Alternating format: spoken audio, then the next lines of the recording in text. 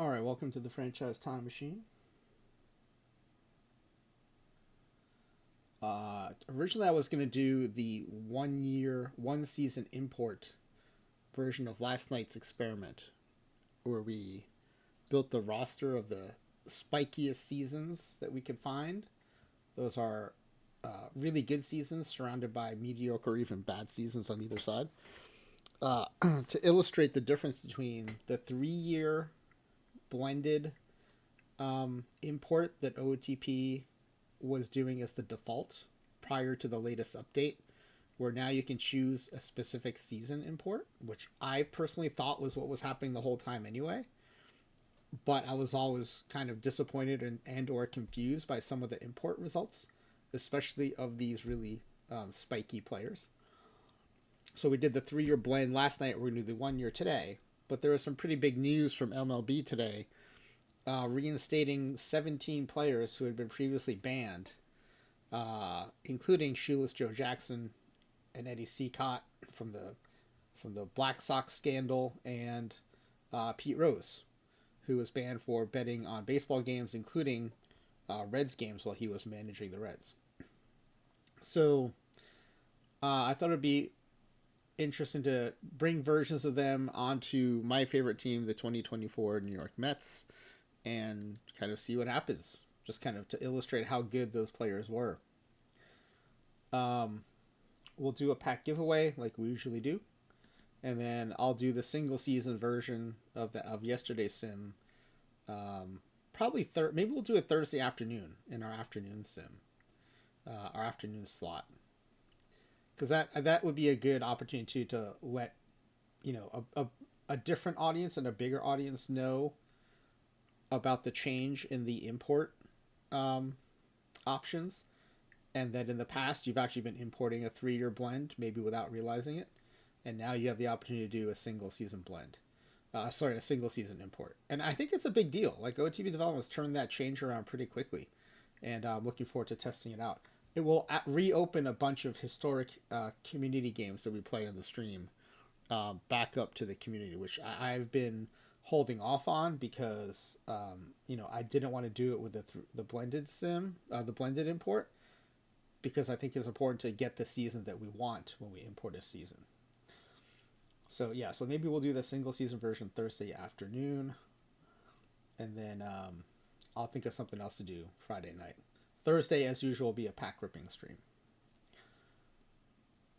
The other person I was thinking about adding to this sim, and I need to decide before I finalize the pack giveaway form, was Buck Weaver.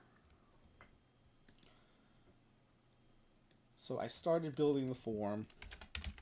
I didn't specify what player's in it yet, until I had a chance to check that. I also wasn't sure how many versions of each player to bring in.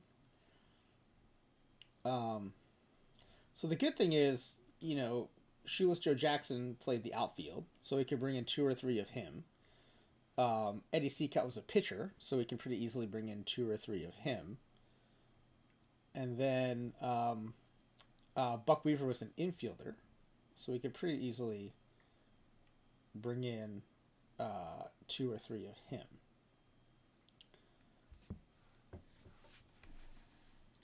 But I think the 2 iconic names, of course, are Shoeless Joe Jackson and Pete Rose. Those 2 are definitely in. Eddie Cicotte, I just thought it would be good to bring in a pitcher. And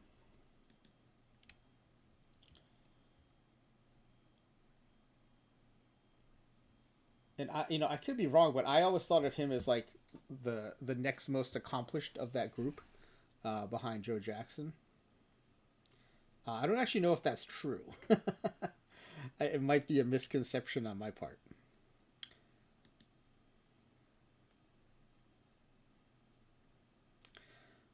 Well, this has nothing to do with getting into the hall. This is just unbanning them. I think it's a separate. I think it's a separate question. It's just now they're not banned anymore. I was reading an ESPN article that said if you go by the rules that govern players who have already passed that so I think normally you're eligible 10 years after you stop playing, and then you can maintain eligibility if you get a minimum number of percentage of the vote each time. But I think once that window closes, and for these players, it's of course closed because it's so long since they stopped playing. I think it said the earliest they'd be eligible would be for enshrinement in 2028. So it'd be voting in the off season of 2027, 2028 for potential enshrinement in 2028. And that's just based on like the rules for players who have whose traditional voting window has passed. So this has so they are now I guess the point is that they're now eligible, but it has nothing to do with like whether they are going to be enshrined or not. It's just that they are now unbanned, so it would follow that they are now eligible. And what ESPN was speculating was that the rules that would govern that would be that the soonest they could get voted on is 2027, 2028 off season. Hey, Takmedo, good seeing you.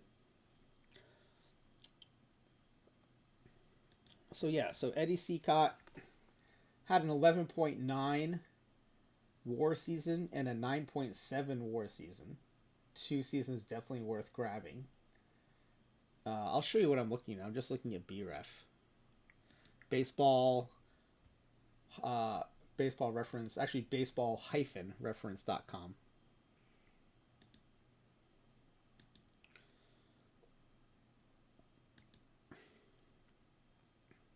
And I'm not affiliated with BREF in any way.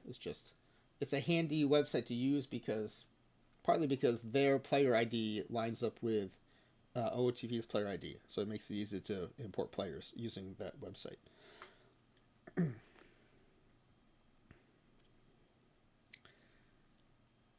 Well, I think the Veterans Committee option is the one that would make them eligible in 2027.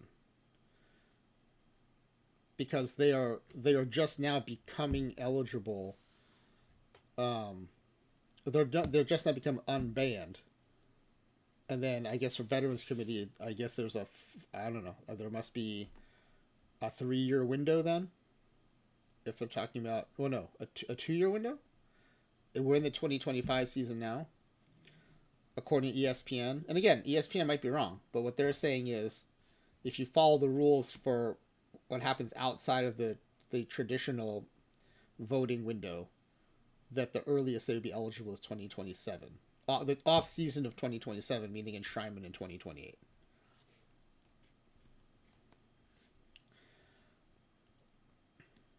So, I mean, Joe Jackson and Pete Rose are no-brainers to add to this team. What I don't know is how many versions.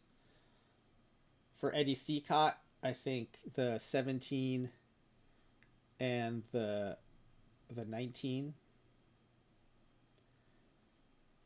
Well, I don't know about that, Tommy. There's some players from that White Sox team that I don't think necessarily have Hall of Fame credentials. But I mean, Joe Jackson and Pete Rose should certainly like stroll in based on. Okay, well, all is pretty a pretty broad term. I think Cicotte might be borderline. But anyway, for tonight's sim, this 1917 definitely a 174 ERA plus. Led the league in wins. The 1919 176 ERA plus. Yeah, but there were like 12 White Sox kept out of the based on the ban. And not every one of them is not every one of them is, Hall of Fame caliber. I think all okay. So I think we could do 3 of each player. Oh, okay, Tommy. I was confused because when you said they should all get in, I was like. Then you did say not every player. Okay, so I see what you're saying. Okay, the first sentence you threw out there really threw me off when you said I think they should all get in.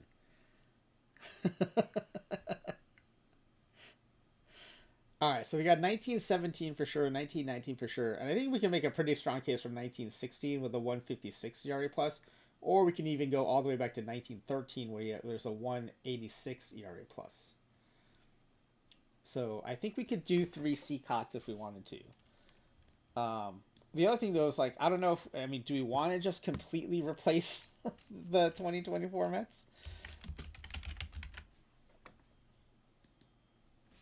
All right, how many Joe Jacksons? I mean, there's probably like an infinite number of these. Well, I mean, there's only 13 to pick from, but every one of them might be worthy here. But let's see. Um, I mean, you have a string of 4 seasons with MVP votes, which is usually a pretty good sign. You've got an 888 OPS down here when he led the majors with 21 triples. Um, and then yeah, I mean, there's a bunch of seasons here that are worthy. So I think what the good thing about 11 and 12 is you get left and center, or sorry, right and center.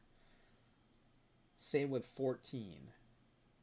So we have to keep in mind if we take 13, that's a right field only season.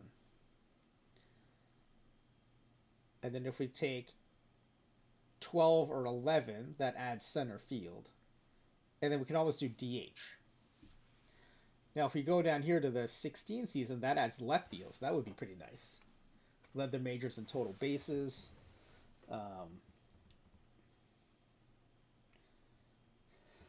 It's funny that 888 OPS is like a down career season for him. Uh, yeah, 1919 and 928 OPS season. That's a pretty good one too, Takmedo. I think that what I like about the 16 is that he has some black ink there. He doesn't have that in 19. He does have it in 20, his last season. So we could do 2020, which actually looks like a better season than 19, and still gets us left field. So we can get left field from 20. We can get um, right field from 13. We can get center field and DH from 11 or 12. Or frankly, right field from 11 or 12 and put 13 at DH.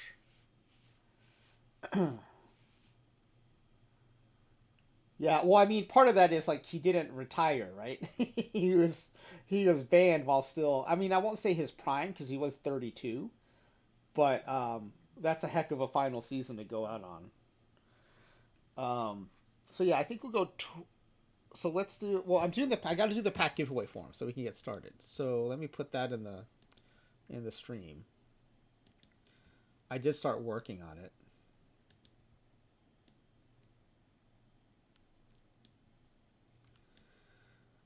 I think we'll do 3. Well, let's take a quick look at rows too. I'd like to do the same number for each of them. So if we're gonna do 3 Cicottes, we do 3 Jacksons and 3 Roses.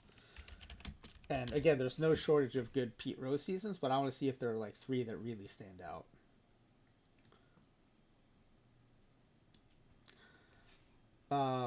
So we got 68 where he leads the majors in batting average, 69, very nice season where he also leads the majors in batting average, and then there's an MVP season here in 73.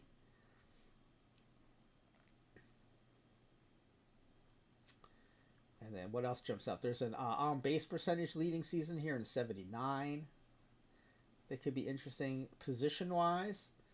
68 gets us right field. 69 adds center field. 73 gets us left field. And then 79 gets us first base. I read somewhere an interesting stat. It may actually been one of the OTP the crawl that shows up while you're waiting for the game to load up. I think he's the only player who started 500 or more games in like 4 or 5 different positions. Let's see, left field, right field, center field, first base, third base. Yeah, 5 positions, I guess. Oh, second base. Second base too, maybe. I don't know. Whatever it was a crazy stat.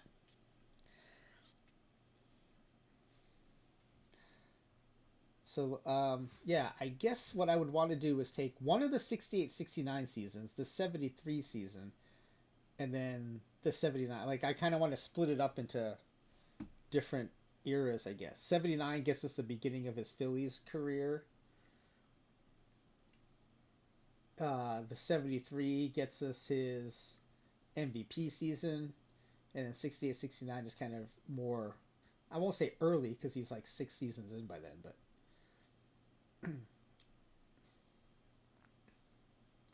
So yeah, maybe we'll do 3 of each player. 3 Jacksons, 3 Roses, and 3 Cicottes. And then we'll see what the AI wants to do in terms of who's playing who. Now, one thing I will do is, if the AI tries to send one of them to the reserve, I will force them onto the roster. But I'll leave it up to the AI to see. First, we'll see where they put them, but I mean, I am going to start all of them. All right, so let's do this one.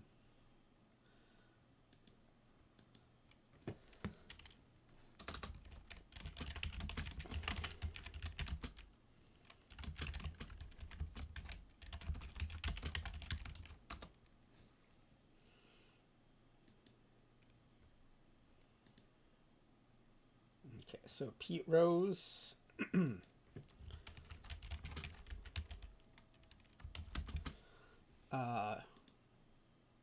Do I want 68 or 69 for the kind of early Rose? 68 had a second in MVP vote.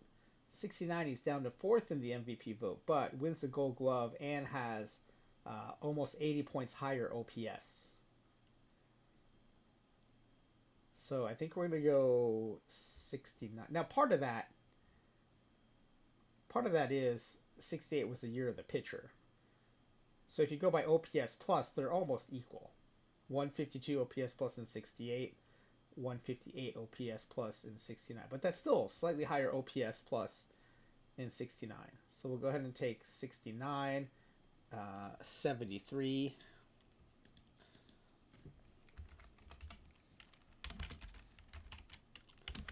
and 1979. And then we'll do Shoeless Joe Jackson.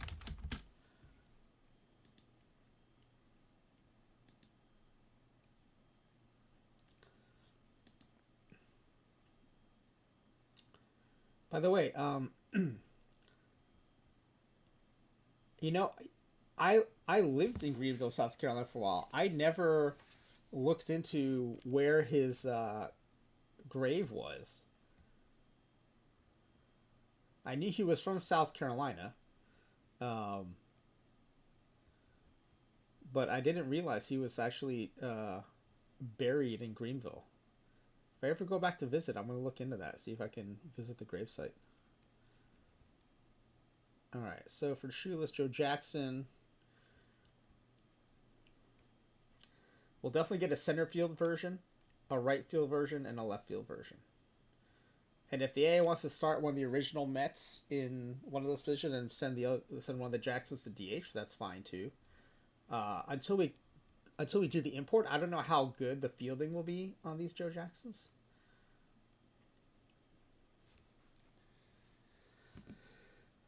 We're definitely taking 1913 because he led the majors in OPS.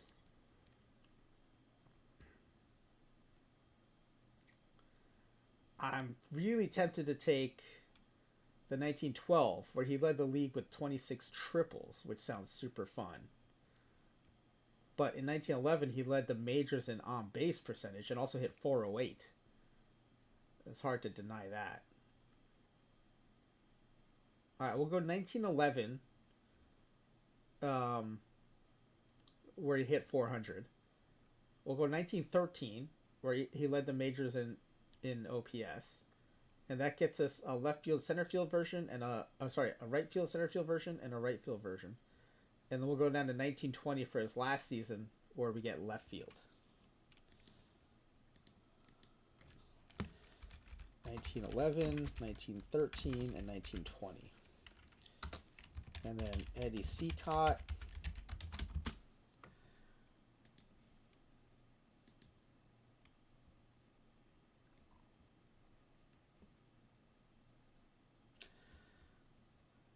I mean, this 1913, really good. We got to take 1917, led the majors in WAR. I think we got to take 1919, led the majors in wins, also 9.7 WAR. And then the next best ERA plus season is 1913, 186 OPS plus. So we'll do that. We'll go 13, 17, and 19.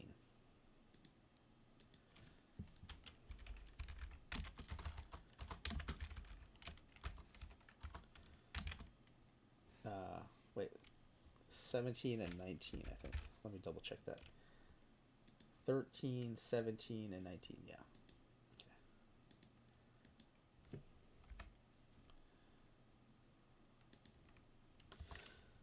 Using the new single season import option.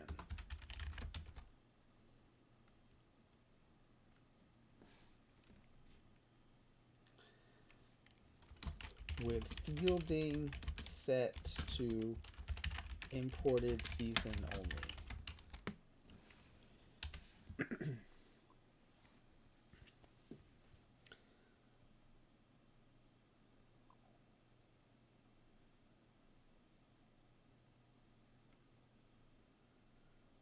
All right, so as usual,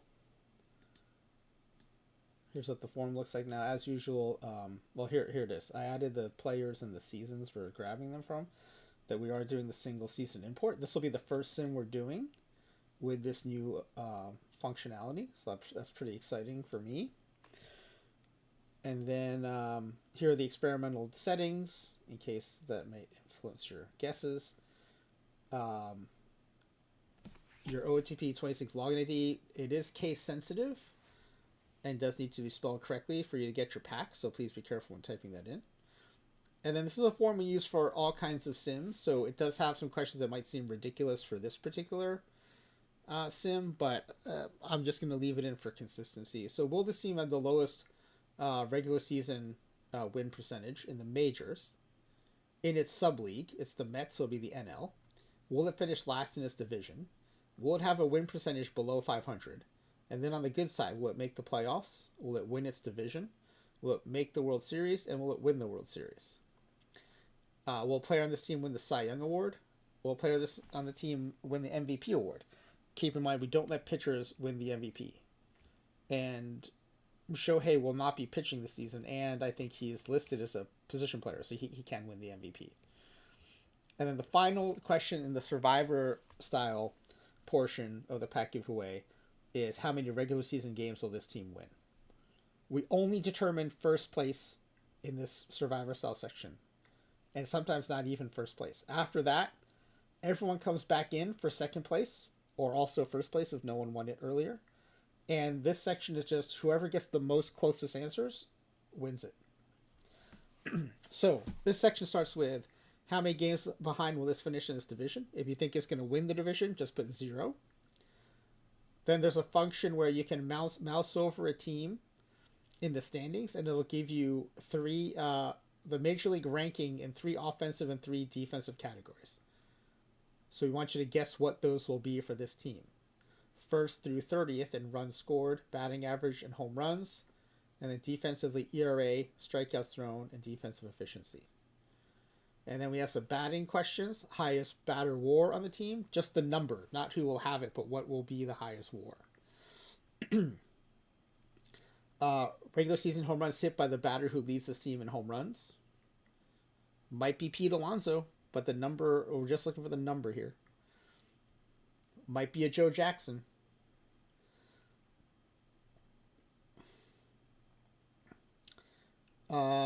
And then batting average, lowest and highest with at least 300 plate appearances. OPS, lowest and highest, 300 plate appearances.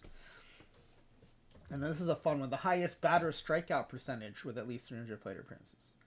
Then we have some pitching questions. Pitcher WAR, strikeouts thrown, highest and lowest ERA with at least 100 innings pitched, highest and lowest WHIP with at least 100 innings pitched, and the highest/worst home runs per 9 with at least 100 innings pitched.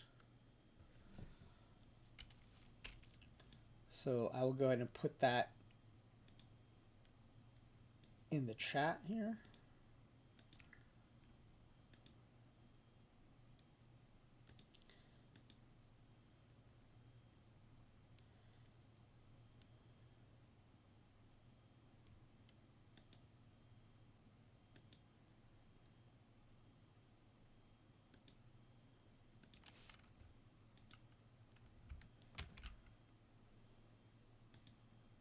All right. Link to form for tonight's 10-pack giveaway. All right, good luck, everybody.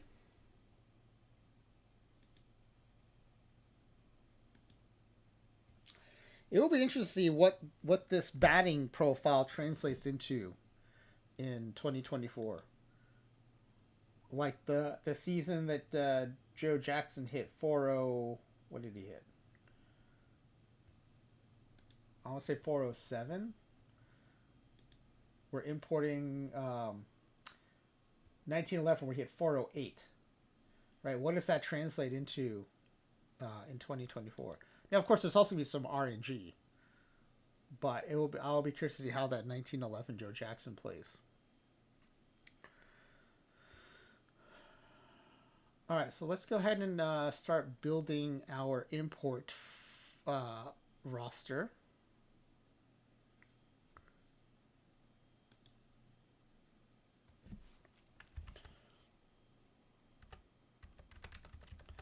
So as an example, I'll show you the one we used last night.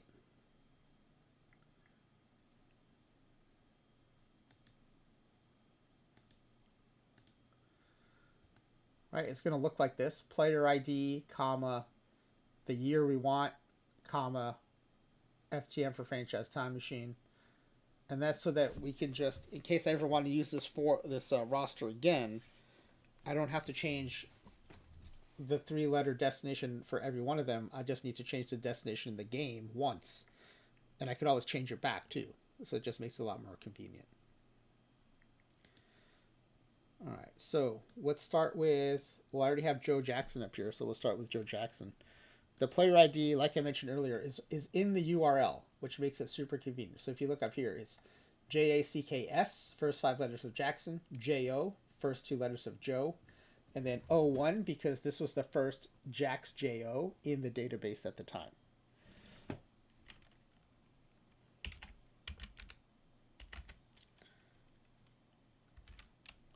And 1911 is the first one we'll bring in. And I think just to make it easier, I'm just going to copy this.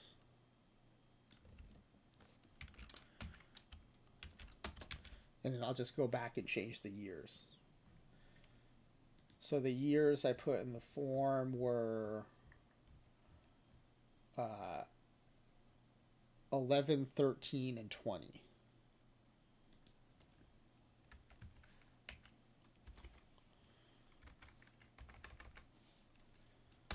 Okay.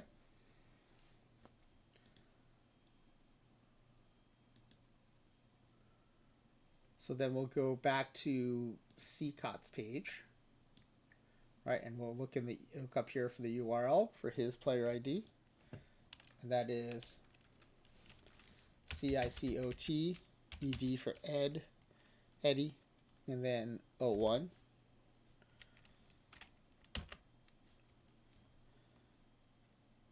All right, so it starts looking like this. And we're taking 19, 13, 17, and 19.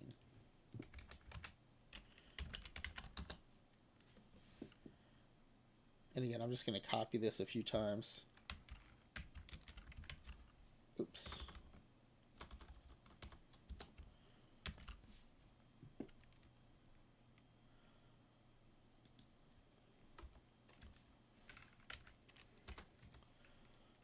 All right, and then the last one we need is Pete Rose.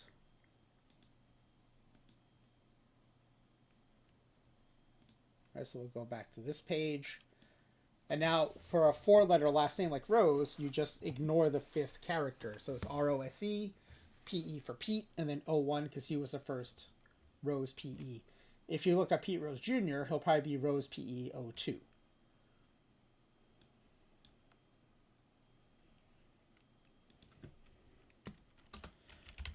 Rose PE01.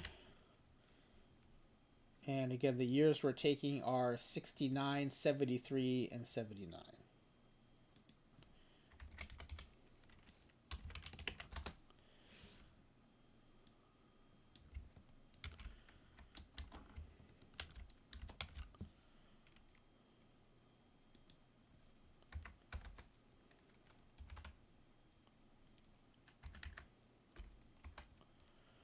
All right, so this is done. I just have to save this now.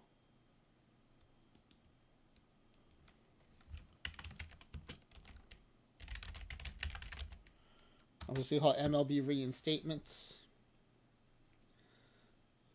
Don't bother submitting. Todd Vader already picked all the correct answers. All right, so we're ready to do the import now. Let's see. I did want to peek in on a tournament. Which account was that in?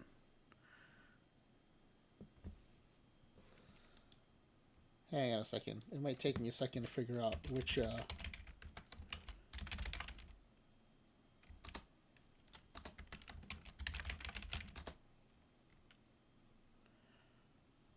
Not that one.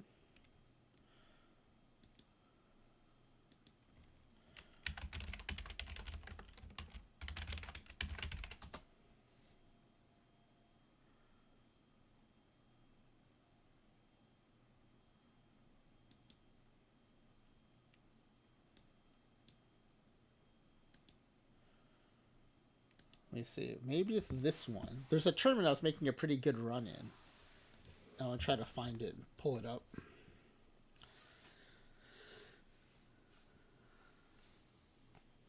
Well, second place is still 3 packs, so it's still worth everyone still jumping in there, Tomato, to finish second to you.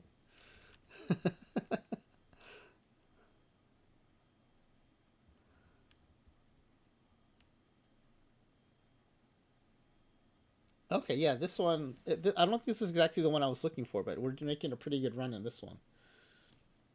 This is Tuesday after dinner snack weekly.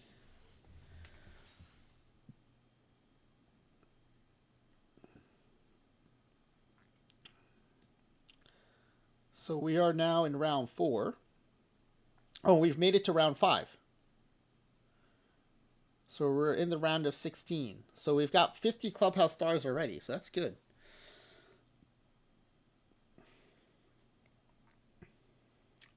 Let's see. In round 1, we swept the Farmville Barnyard, and it was not a Gym Unknown team. They did have a roster.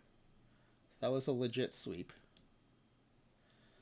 And then round 2, we won 4-2 over the New York Tigers of Kyle 32511. And then in round 3, we beat the St. Francis Diablos of Angelo Glorioso, 4-1.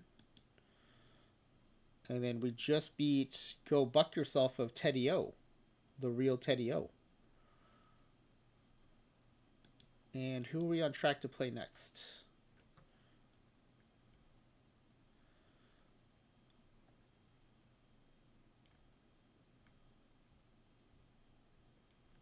It's kind of hard to tell in these bigger tournaments who we're going to end up playing here. So we're going to go here.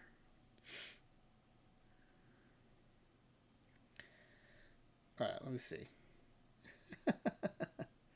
All right. The winner of the A's and S is going to play the winner of these two. And then the winner of our game is going to play the winner of these two. Oh, this is Mr. Audit, I think, right? Yeah, Mr. Audit's Boston Red Sox. And Special Editions OOTP26. Well, Mr. Audit definitely has knocked me out of a lot of draft tournaments, so I might have to root for the other team. So that's where we are. I wonder, did I think I had an alt in this too. Let me see if I can find my alt.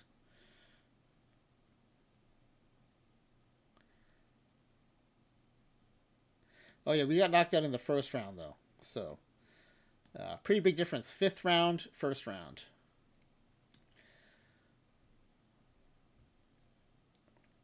So, pretty good run.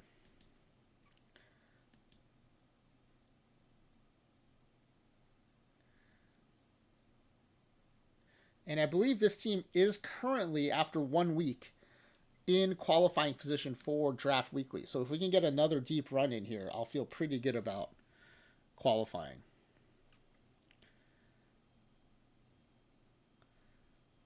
Let me put the title side up for a second and change accounts. I think I have another team making a run right now too. Let me see if I can find it.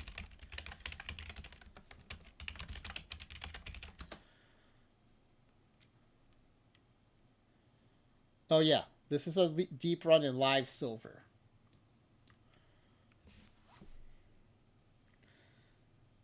We're over 4 hours in on this tournament, so probably at least 3rd or 4th round. Maybe still 3rd round. All right, 4th round. The quarterfinal, we're tied 1-1. Does it ever feel like there are 50 of us playing these tournaments and the rest is just all our alts? Sometimes for these like level tournaments, like live silver, it feels that way. But every time I go into a weekly, it's like all these teams I've never heard of. But definitely, like I play Iron Cap, and I feel like it's always the same people. Um, Live Bronze, I see a lot of familiar names. But like these weeklies, and if I ever accidentally sign up for a tournament and I go to withdraw, like the names on the list, I'm like, I've never heard of these teams before. If I like every once in a while, I'll click on a perfect draft that I never play, and I'm like, I've never heard of these teams. I did make it to 9th to 16th of a rocking chair weekly, and I never play rocking chair. I just signed up because it was a weekly, and it was gonna fire within a day, and it wasn't full, because rocking chair like never fills quickly, whether it's the daily or the weekly. And I guess I shouldn't be surprised I did well because I do well in live tournaments, and so that knowledge of the live card set I think helped me. But I used to always get knocked out. I would dabble in rocking chair, would always get knocked out early. But now I think I've kind of figured out how to use the live cards within the roster. So I might start playing rocking chair a little bit more. Um, while I was drafting, I was like, oh, I feel like I've got this down now, and I did pretty well in it. So we are playing the Cincy Cints of Ron, Mexico. Let's see if they had any rest coming into our series. They did. They got 2 days of rest. They won 4-1, so they had plenty of rest. I believe we had rest too, though. Yes, we also had 2 days of rest. So probably pretty evenly matched in terms of fatigue. No one on their lineup is tired except for their catcher.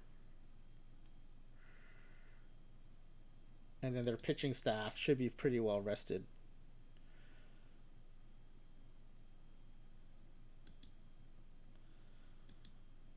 All right, so a pretty deep run here too.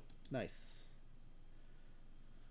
Now, is this a PAX or a Clubhouse Stars? It is PAX, but the most important thing for me is its PTCS points.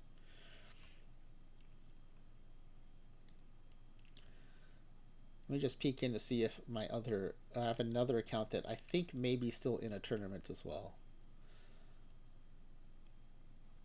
But yeah, Silver Live, I've been doing pretty well in this cycle.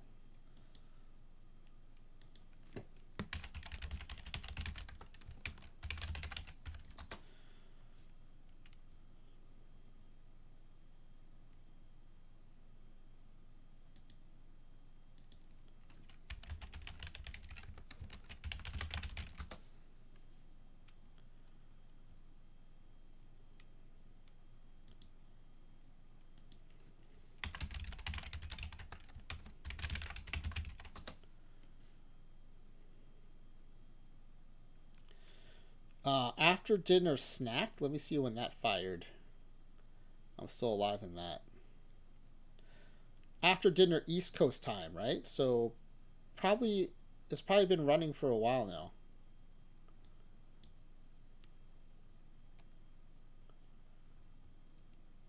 Oh, this is the one that we were looking at earlier. Never mind. Yeah, this is the one. Okay. So I'll just keep an eye on this between tournaments or between. All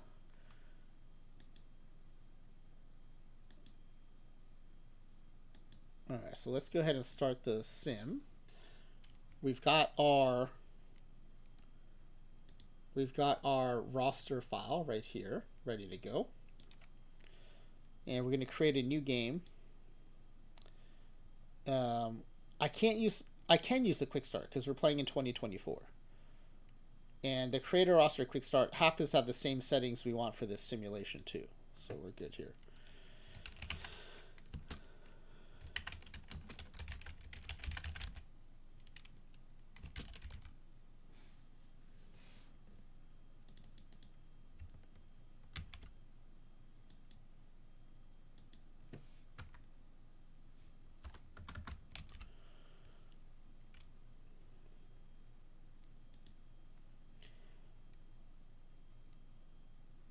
Kind of says PTCS points are what it's all about. I mean, it is for me.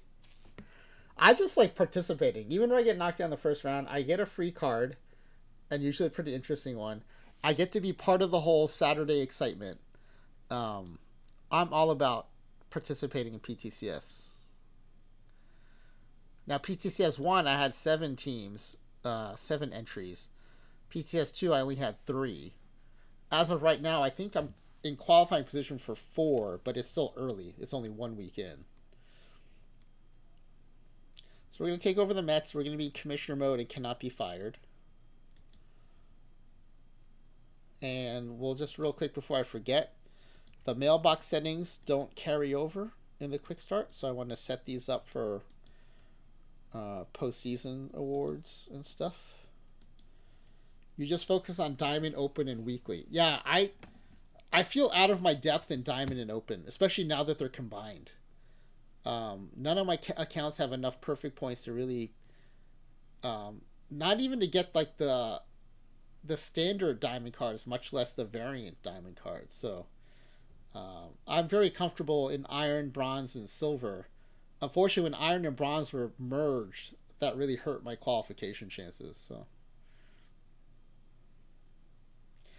Tom Tomatoes never qualify. Don't really try. Just let AI set your lineups and send it. That's fine too. I mean, everyone has their own way of getting enjoyment from Perfect Team, right? Just like everyone plays OTP differently. Uh, I think it'd be really asinine to say there's only like one way to play the game and one way to win and one way to be successful. So I'm all for everyone having their own way of enjoying Perfect Team, just like everyone enjoys OTP differently too.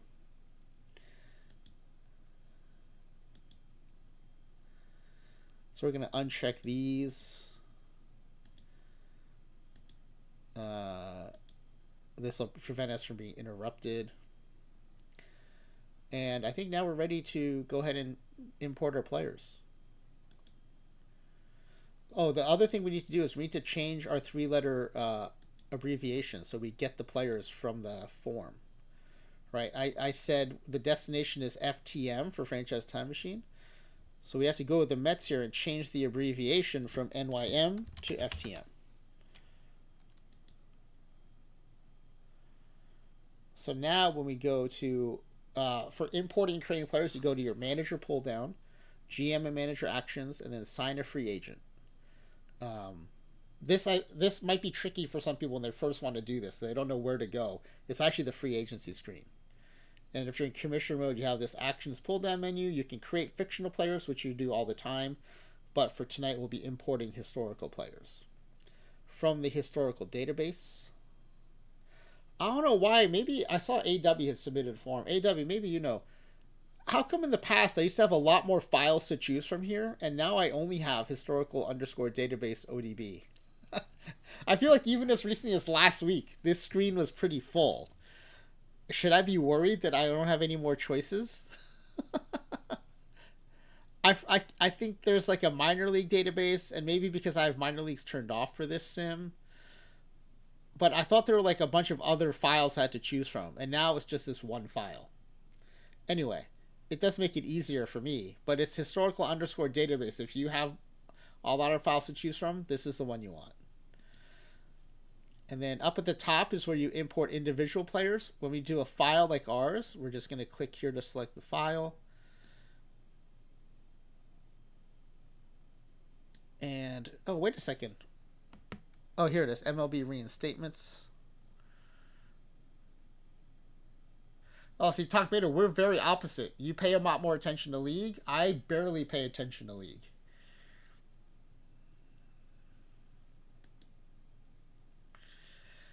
Okay, now this is the big change. Ratings calculation based on, and the default was 3 years, and this is what it's been for as far as I know. But I didn't know this until a few weeks ago, a couple months ago. I thought we were getting 1 year, and this whole time I've been getting 3 year. So tonight, of course, we want 1 year. If we're going to say the 1911 Joe Jackson, of course we want the 1911 Joe Jackson. So we're going to go 1 year. Oh, Tomato, thanks for the follow. Oh, this is Tomato 8, one of your alts, I guess. I assume you've been following for a long time because you were a big part of our stream last in PT25. That would have been funny if that whole time you weren't following. I mean, I wouldn't have been offended. I just would have been surprised. Okay, so 1 year calculator. This is... I mean, I know I'm a big nerd about this, but I am super excited now to have this 1 year, 1 year rating import. Yeah, right. If you had subbed for that long without following, that would be even weirder.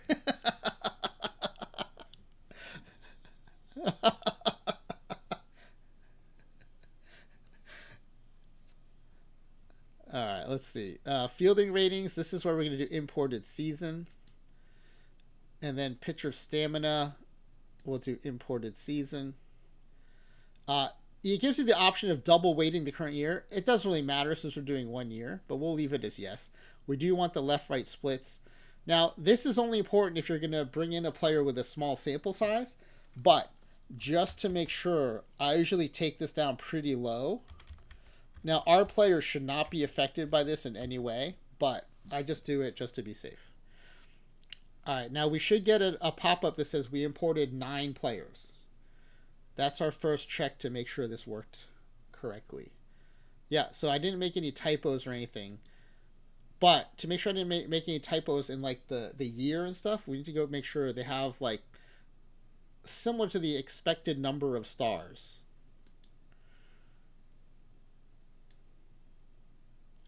Yeah, so the Joe Jacksons have 5 stars. The Pete Roses are 5, 5, and 4.5 stars. And the Cicottes are 4-star and 3.5 stars. So that sounds right. I'm a little surprised the Cicottes are 4-star, but especially those 2 really good 1917 seasons I thought would be 5-star seasons. But it could be the way his profile translates into modern era too. All right, so one thing I want to do is I'm going to put them all in a short list. And one of the benefits of shortlisting them is if I ever want to see them all at once, I can go to the manager pull down and shortlist, and bam, there they are. Oh wait, where are my Cicottes? Oh, I know why. Because the shortlist says all batters. We just need to see all players, and then there they are. Now, one reason I want to come here is I want to add the year to every one of these. So we go to editor and put 1919.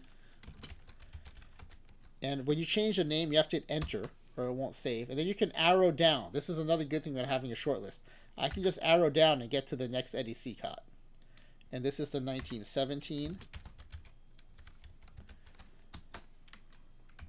Because if you saw in the Mets roster, they weren't all next to each other. So even the arrowing down might have been like a little annoying.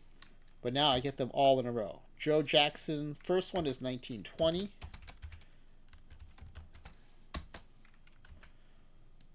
This was 1913.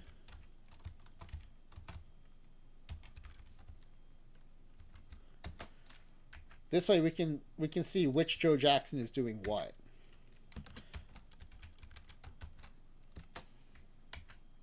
And then Pete Rose, this is the 1979. Now watch, as I arrow down, watch these achievements up here change. I'm going to arrow down to the next one. A lot fewer here in 1973. And then watch as I arrow down again to the 1969.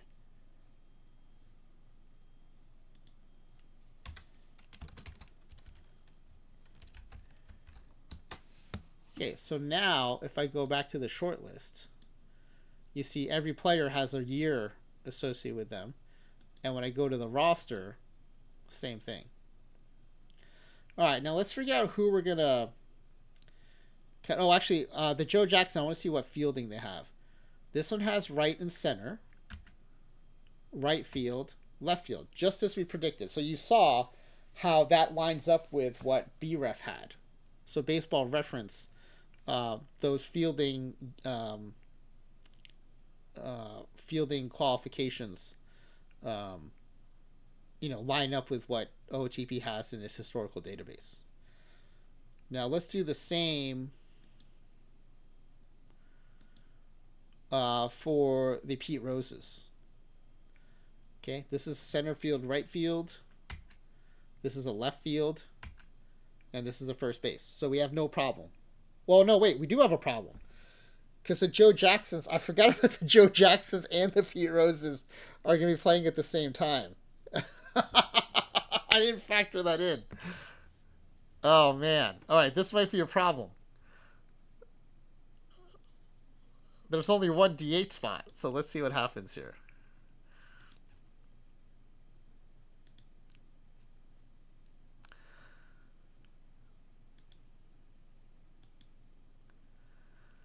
Yeah, the 73 Rose is on the bench right now because Joe Jackson's ahead of him.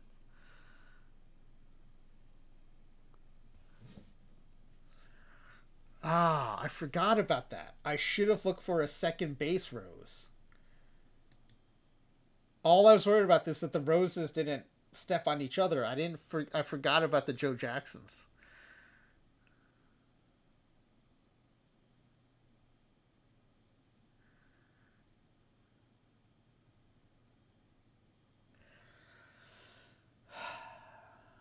See, the thing is, I can't change the rows I import, though, because I already put the pack giveaway form up with those roses.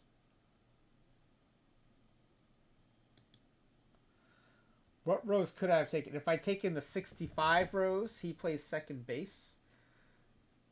The 68 Rose might have had second base eligibility. It doesn't bother you if I change it? See, the 69 Rose actually has second base in BREF. Well, 69 is not the problem, though. It's the 73.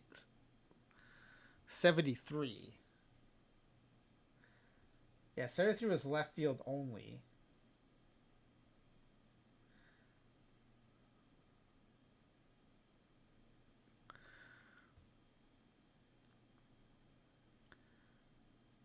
Joe Jackson in left, Joe Jackson in right.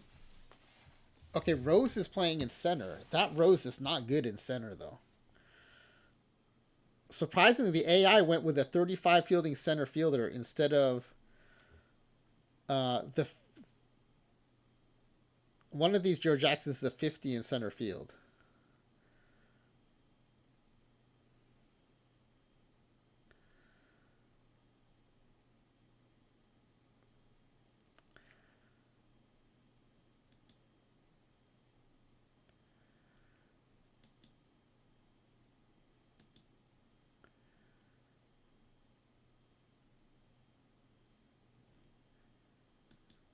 I find it interesting that the AI chose to bench this 73 Rose. I guess because it has lower power. The other Roses have higher power. No? The 79 Rose also has low power. Oh, but the 79 Rose is able to play first base.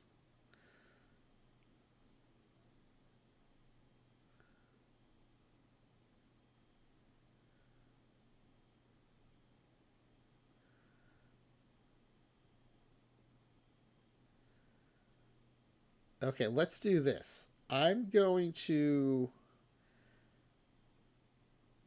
re-import just the 69 rows with 3 years of defense.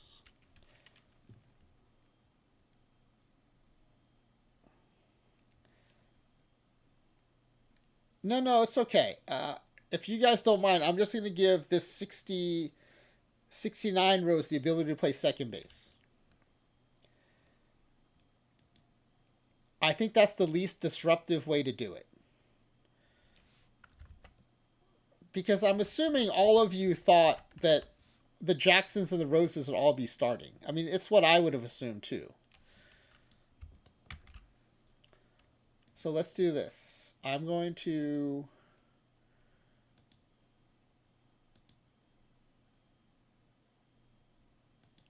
I'm going to import 69 rows again.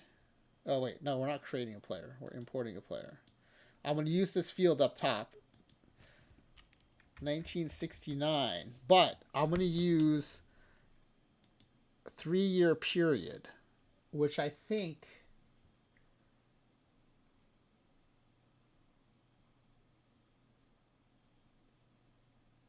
will get us second. If it doesn't, I'll come back and do entire career.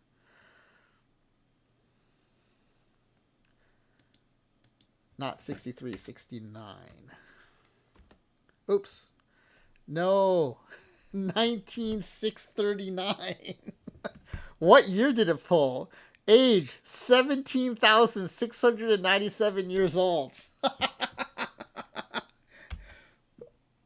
Look how old he is. He still has 45 power. This is one of my more amusing mistakes that I've made. This version of Pete Rose is 17, almost 18,000 years old, but he still has 45 power and 40 eye. Amazing. I almost want to add him to the roster just to have the ancient Pete Rose in here. All right. We're going to delete him. Let me try that again.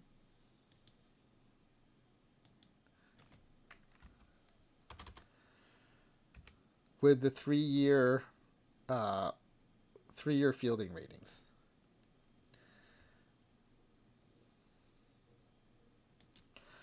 Now, does he have second base? No. Okay. Let me try that again.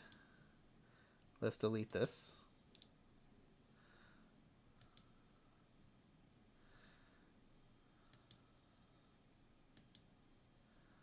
We'll do fielding ratings based on entire career.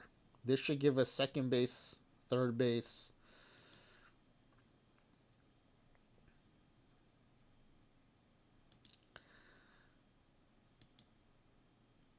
Okay, great.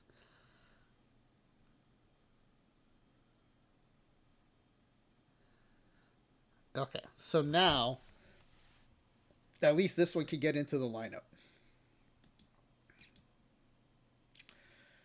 So I'm going to delete this Pete Rose 69. We'll go back to the free agency screen and we'll shortlist this Pete Rose. And I'm also going to use editor. Now I already deleted the other 1969 to avoid any confusion. I deleted that one first. And we're going to add this one to the Mets.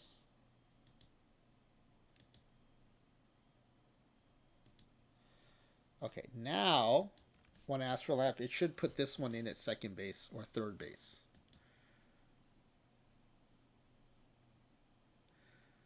Oh, wait, it put him in... Wait, where's 69? It's still on the bench. I guess it doesn't like the fielding enough.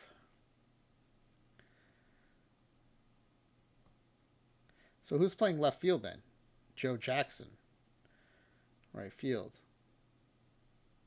Oh, it likes Harrison Bader. Okay, here's what I'm going to do. The Joe Jackson that can play center field. That's this one. I'm going to set his position to center field.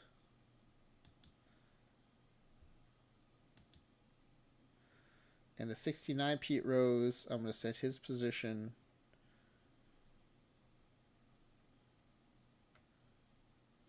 to second base.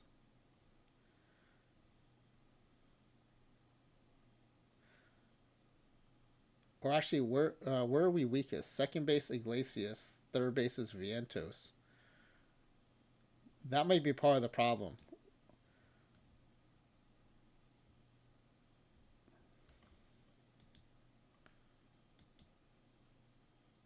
Okay, so 73 is now starting at DH.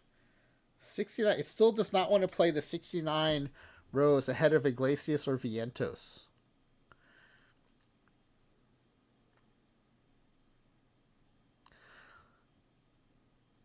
So the Joe Jacksons are playing all the outfield spots. 79 Rose is playing first, which was his primary position. 73 Rose is playing DH. But the AI does not want to bench Jose Iglesias.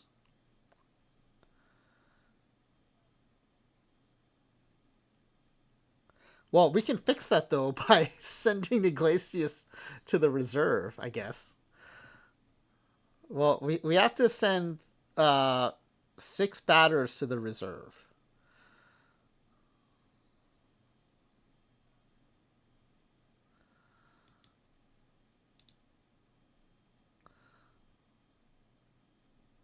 So we don't need JD Martinez anymore. Actually, Sterling... Oh.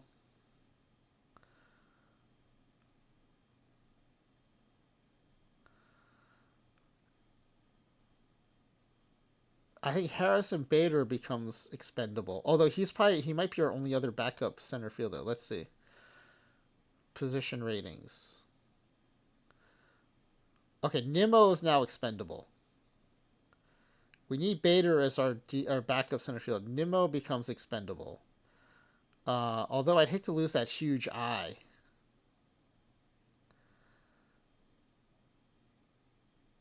Okay, Beatty expendable for sure. And probably Jeff McNeil too.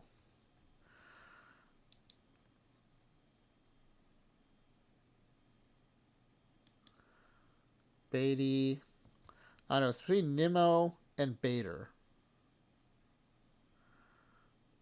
Oh, no. It doesn't have to be between them. It could be... I think Nimmo's also more expendable because we just picked up 3 left-handed hitting Joe Jacksons, so we don't need that left-handed bat.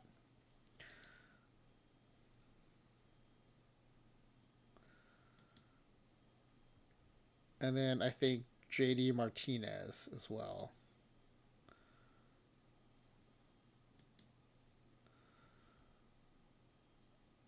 And then we'll keep Tyrone Taylor for the defensive flexibility, so I think Sterling Marte's gone.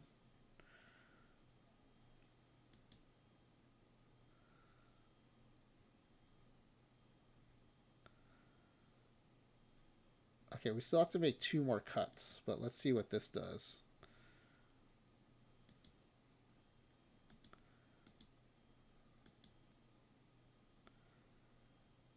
Okay, we're still not starting the 69 Rose. Alonso Iglesias, we don't need McNeil anymore.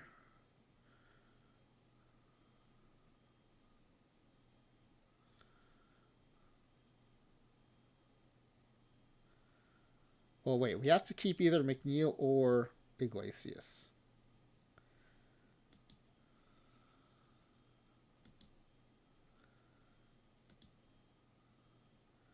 All right, Rose is better VR, so it feels like McNeil is probably the cut. Except Iglesias... Oh, Iglesias plays second and third. Okay. So yeah, let's send McNeil down to the reserve.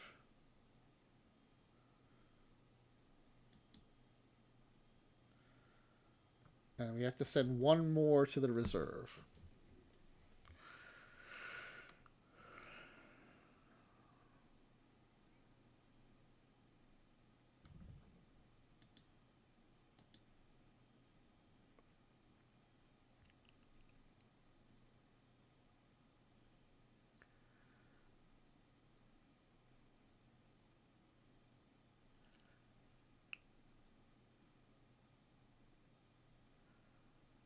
Okay, here's what I want to do with this Rose. I think versus lefties, maybe he plays second, and versus righties, maybe he plays third.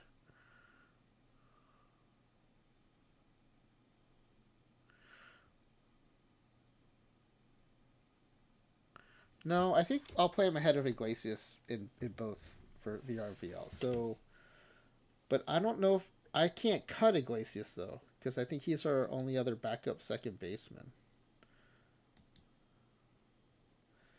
Yeah, I could cut Vientos, but that's a big bat to lose. Actually, now with the Joe Jacksons, I can cut Tyrone Taylor.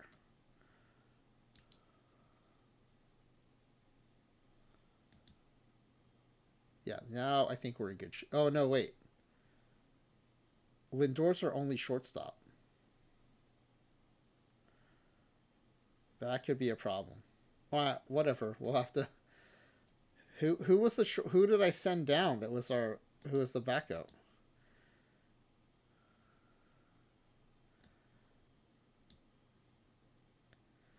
McNeil doesn't play short. Beatty doesn't play short. Did we just not have a backup shortstop before? That's crazy. I don't think we had a backup shortstop on the roster then. That's funny.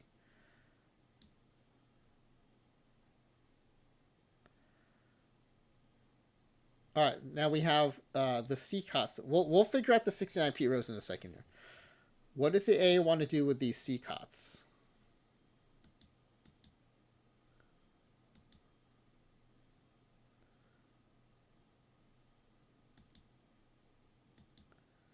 Start him in the top 3 spots in the rotation. Very nice.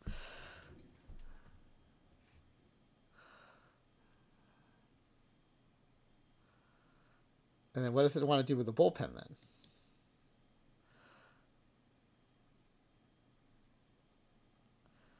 Who are our worst 3 relievers? Let me take a look here.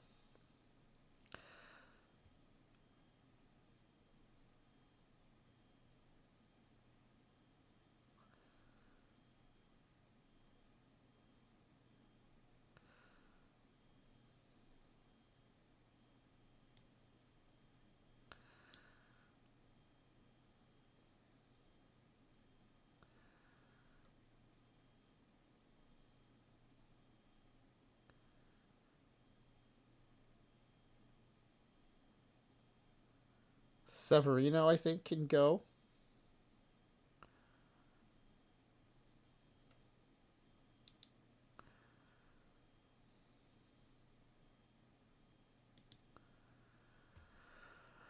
Um, we only have 2 lefties, so I don't think I can cut either of them.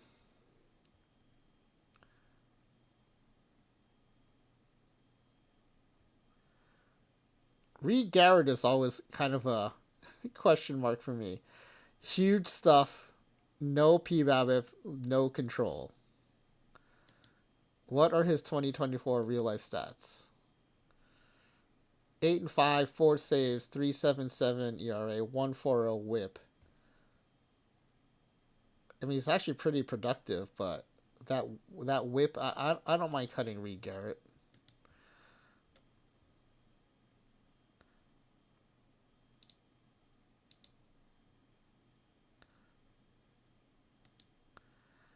And then one more. Who do I want to send down?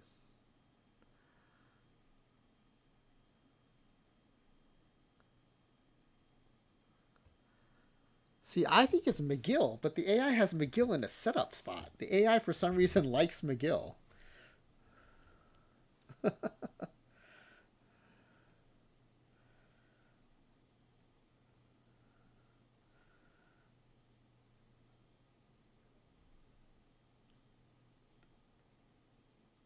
Yeah, I think it's McGill.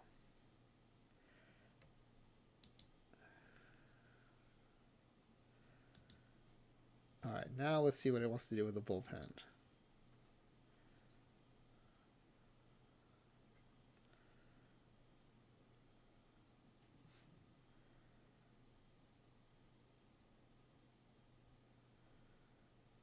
don't know why it's putting Nunez in long relief. I like his profile a lot. So I'm going to override it. We're going to go...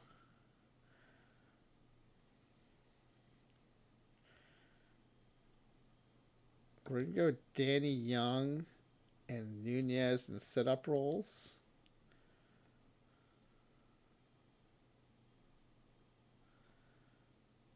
And then...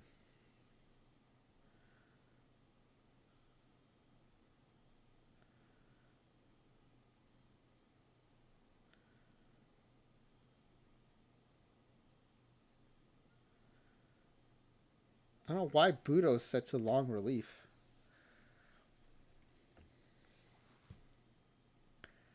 If I want to send someone down to long relief, I think it would be...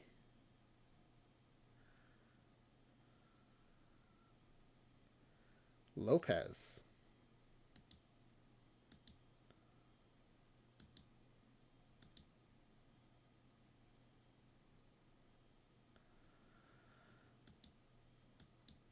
Of these folks, who do I want in... Well, I want these guys to be secondary closers. And then Ottavino and Tonkin as secondary setup.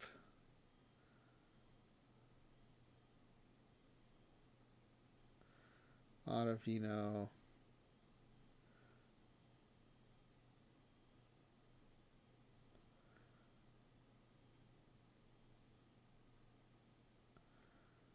I would go Ottavino and Budo, I think.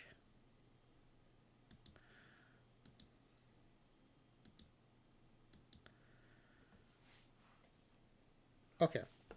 Let's go with that. Are the Cicottes in the right order? 17 first. Then 19, then 13. Yeah, I think so. That looks pretty good. Check out their staminas. 80, 85, 75.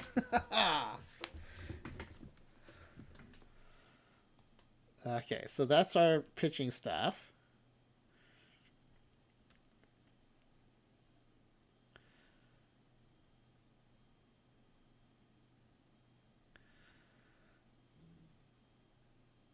So I like, Manaea over Peterson. And then we'll go highest rested. I wonder with these staminas, could we go 4-man rotation if we had 4 Cicottes?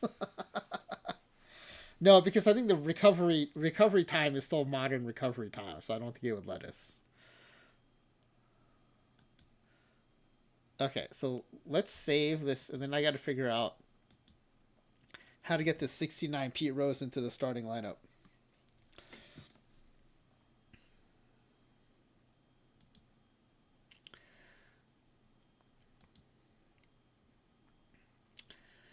I mean, the easy answer is I just start him over Iglesias.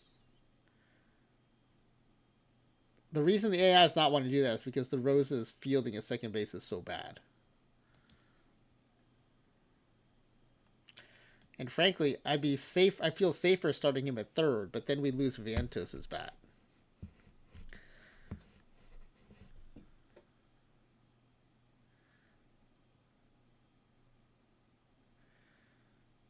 So yeah, we're going to start row 69 rows here.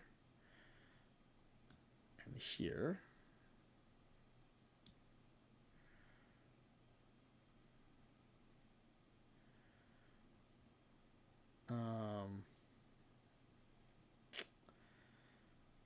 Okay, he has Vientos batting 5th. I guess for the power, but...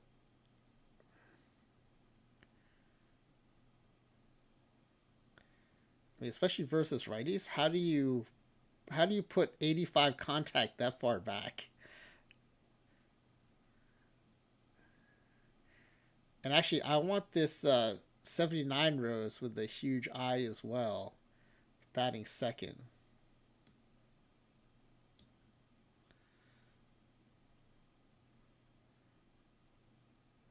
VL too.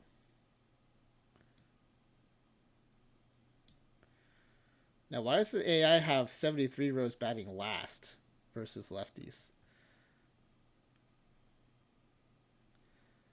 Oh, I guess he's not great versus lefties. I'd still put him ahead of Alvarez. Definitely behind Lindor.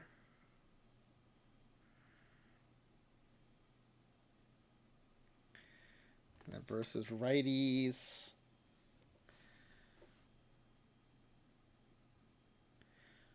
So Vientos, not great versus righties.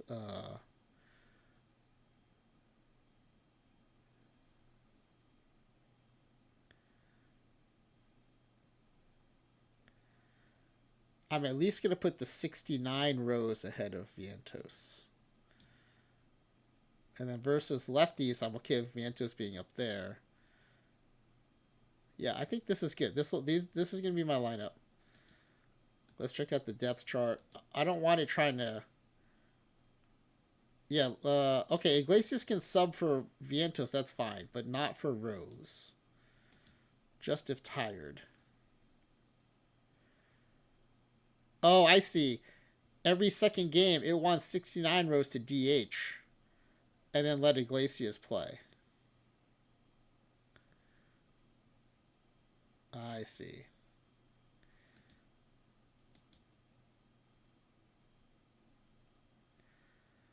And then versus lefties.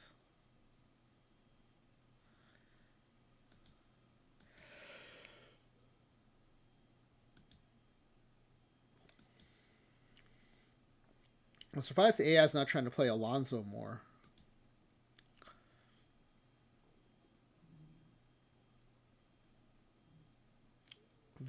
Well, he's not bad VL and VR, but there's no really where for him, and the AI likes Rose's contact more than, I guess, more than Alonso's power, surprisingly.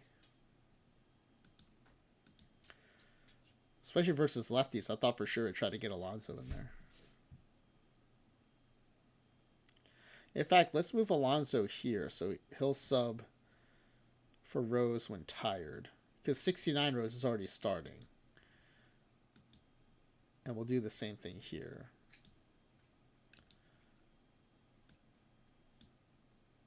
Okay. So our lineups are set. Our pitching staff is set. For strategy, we actually have some stealing here. 70s and 75s for Lindor, Bader, Jackson. So maybe we'll go...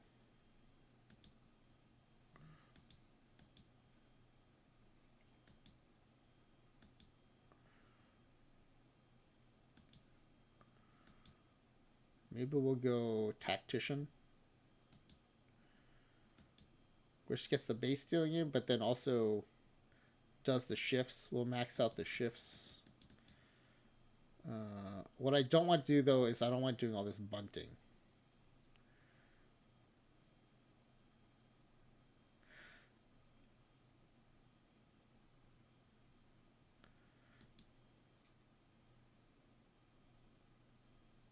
Now, let's go sabermetric.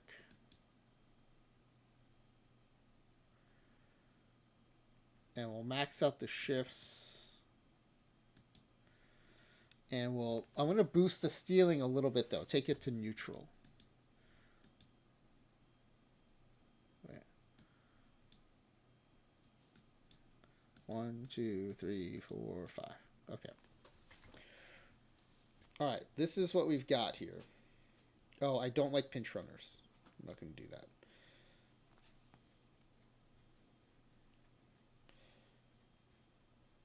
And let's go slow hook on the starters since we got that big stamina in there.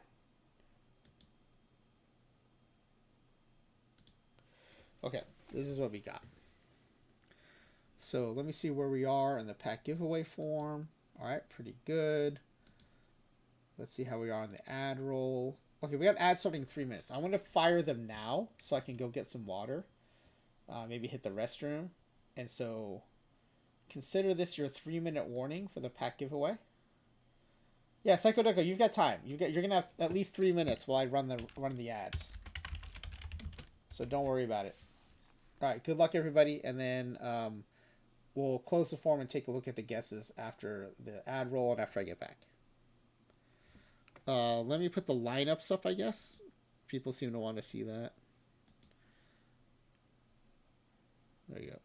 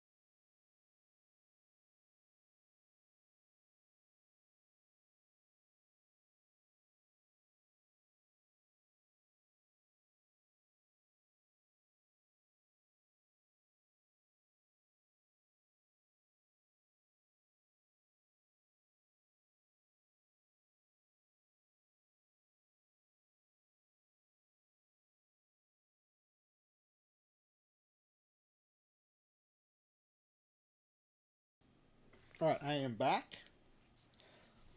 Psychoducko's done. Thanks for letting me know. Leopard 119. It looks like you submitted 2 forms. I'm going to delete the older form, assuming that the newer form will supersede the older form.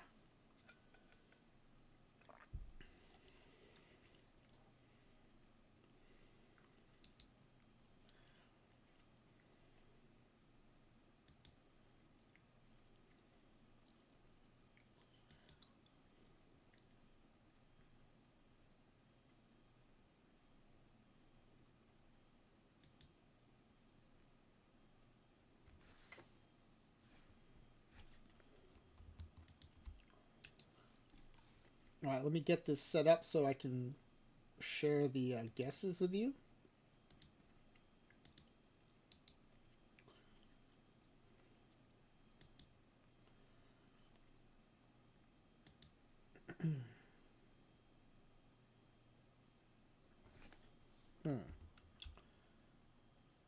Okay, I may not be able to do the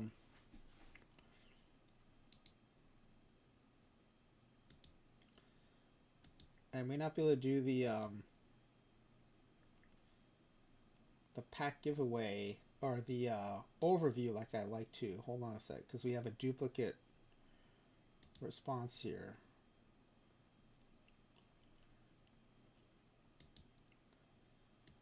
Can I take one out? Let me see.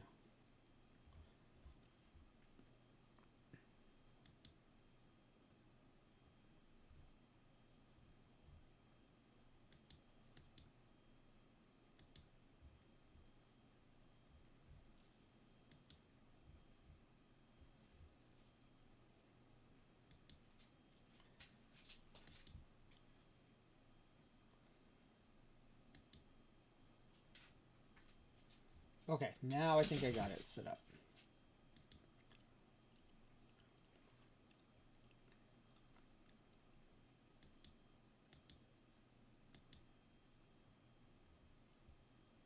Okay.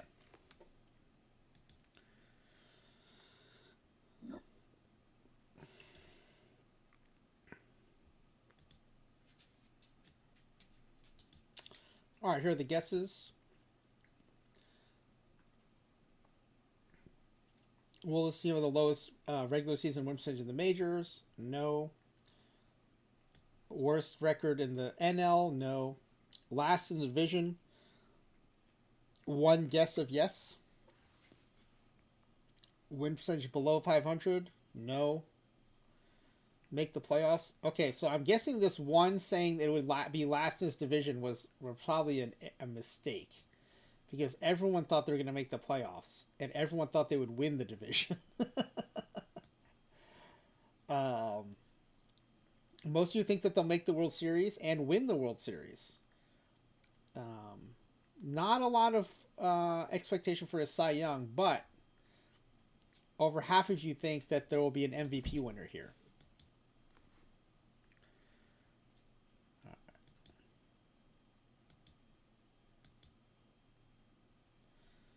All right, so now that we've gone through that, and I can go ahead and save this as it is.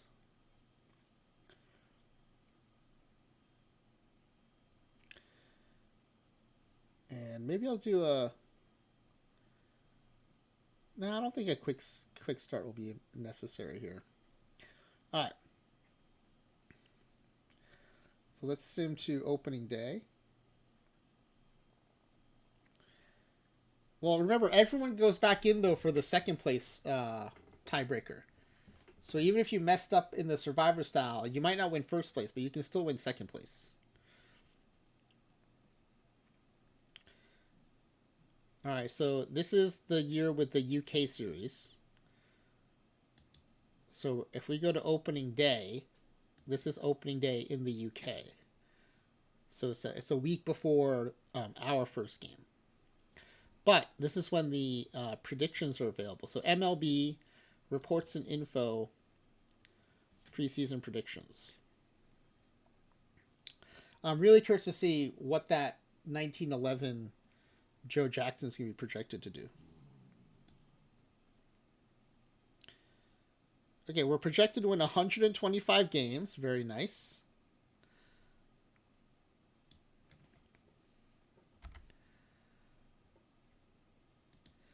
And we do have a Joe Jackson.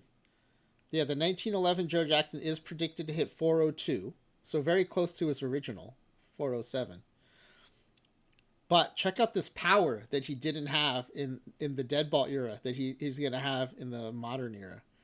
32 bombs, 34, 32, and 36 bombs. 69 Pete Rose, who the AI originally wanted to bench, is predicted to be the sixth best hitter in the NL. And the 79 Rose, the 10th best. There's no 73 Rose in the top 10. That's right. He had the power. Well, you can tell he had the power because of the number of triples that he hit. So he definitely had the power.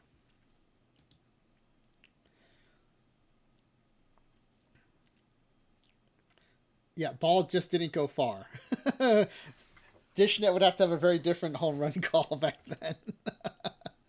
Or a different triple call, I guess. Eddie Cicotte predicted to be first, second, and fifth best pitcher in the league.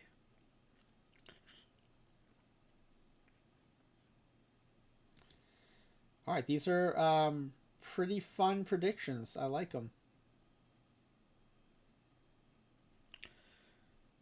All right, now let's see. We got to go to our opening day, which is a week later. Oh, only the second or third time we've seen. Oh, wait a second. What happened here?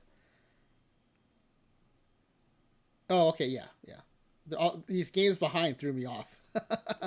Because what happens is usually this ends up in a split when we do this sim. The Dodgers and the Padres end up splitting, and then no one's any games behind. But these ones threw me off. I was like, uh-oh, did I sim part of the month by mistake? But no. So let's go hide scores and let's watch 1917 Eddie Cicotte against Tobias Myers in the season opener.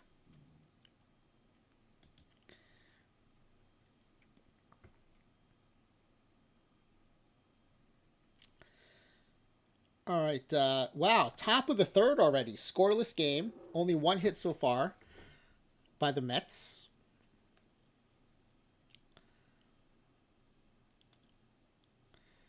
And I don't know that there's any way to access a box score from here. So let's just play it out. Because I'm kind of curious to see who got the hit. Actually, since it's the beginning of the season, we can look and see who's got the... Oh. The leadoff 1913 Joe Jackson has the hit. Because he's hitting two. Oh, wait. These are the game stats. I forgot. Because we already seen the game. If I look at the stats, it'll actually be a spoiler. So I'm not going to... Togmato may have underestimated Cicotte's skills translating to the modern era. Yeah, I thought based on his ratings and his 4-star rating, I didn't think he was going to be projected to do so well. But Togmato, it is just a projection, though. The projections have been very flawed, especially with imported players and creative players. So don't give up yet. We'll have to see how he plays. But yeah, all the way to the third, scoreless game with only one hit from either side. There he goes to Adames, deep in the center field, over the center fielder's head. Joe Jackson tracks it down, but not before Adames gets to second. And the AI taking us to the bottom of the third. Alvarez and Joe Jackson 13-13 on base for Pete Rose, the 79 version, playing first base. Ground ball to first, over to short, back to first for the double play. 4-6-3. All right, this is a potentially 400 hitting Joe Jackson with a runner on third. Bloops one into center for a base hit. And he drives in the first run of the game. Bottom of the fourth, 1969, Pete Rose up with one out, 0-2 count. Fly ball to deep left field. Gone.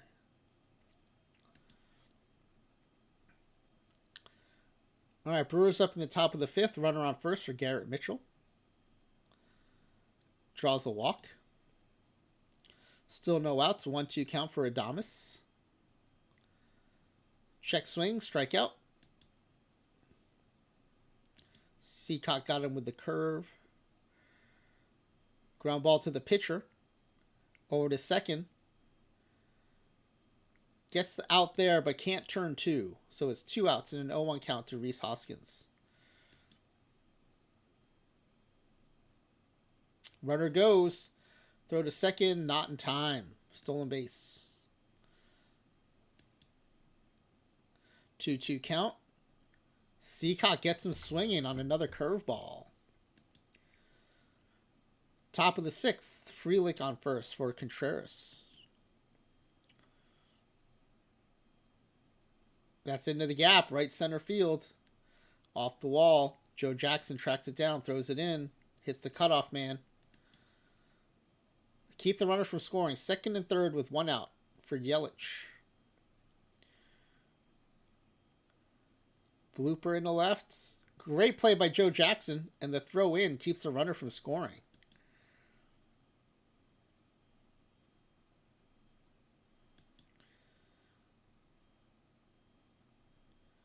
Fly ball into center field. Joe Jackson charges in and makes the play. Ends the threat. Good outfield defense on that inning. All right, top of the seventh. Still 2-0 game. Garrett Mitchell leading things off with a 3-0 count. Draws the leadoff walk.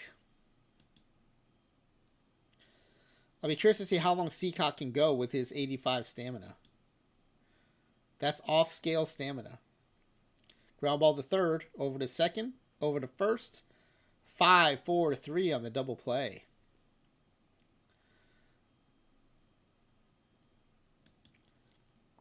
Joe Ortiz with 2 outs and a full count. Fly ball to deep left field. And that's going to end the shutout. Joey Ortiz, of all people, goes yard. Top of the eighth. No outs. 1-1 count to Bryce Terang. Ground ball past the second baseman in the center field for a leadoff single. That brings up Frelick. Ground ball past the first base. And could it be that Cicotte is fatiguing finally in the 8th inning? First and third for Contreras. Infield is in. Gets the strikeout. Big strikeout. Another curveball strikeout. First and third now. 1 out for Christian Yelich. Infield in again. Trying to keep the tying run from scoring. Fly ball to center. That's probably deep enough to score the runner. Jackson under it. Throws home. Not in time. Game is tied. Bottom of the 8th. The 1911 Joe Jackson. Fly ball into the right center field gap. That's going to be extra bases.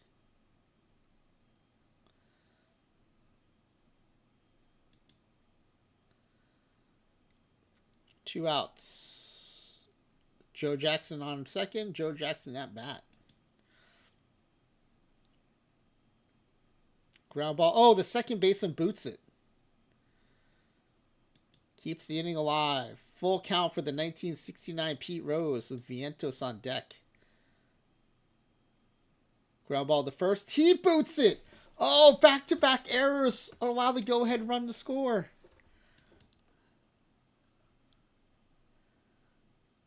All right, they've brought in Edwin Diaz to try to close the door. Yeah, I don't know, Psycho Ducko. It's been doing that the last couple times I've simmed highlights.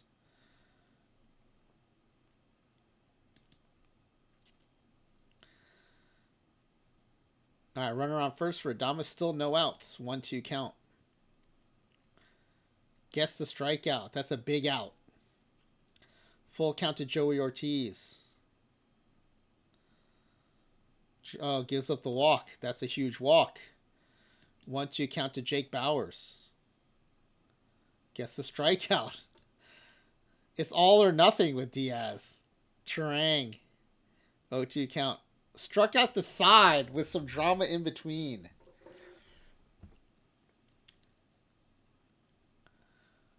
That was a nice win there. Cicotte should get the win. Diaz the save. Yep. Cicotte is the player of the game. 8 innings, 7 hits, 2 earned, 2 walks, 9 strikeouts. The 1911 Joe Jackson goes 3 for 4 with 2 doubles, an RBI, and a run scored. All right, that was fun. All right, let's go ahead and sim the rest of the month.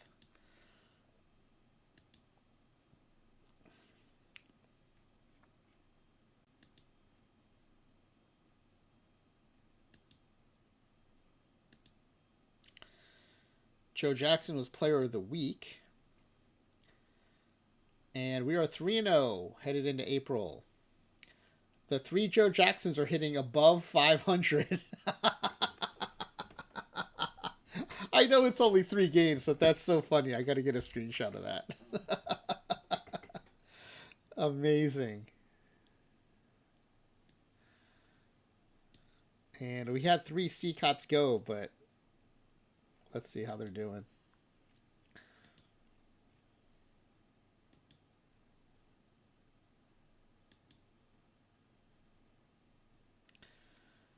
They all got the win decisions. 1.42, 2.25, and 0 ERAs. Not bad.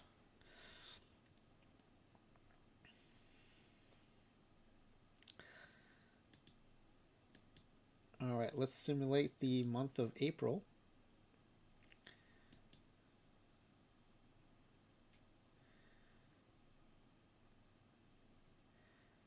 The 1920 Joe Jackson is still hitting 500. Oh, there he goes. Now he's down to 400.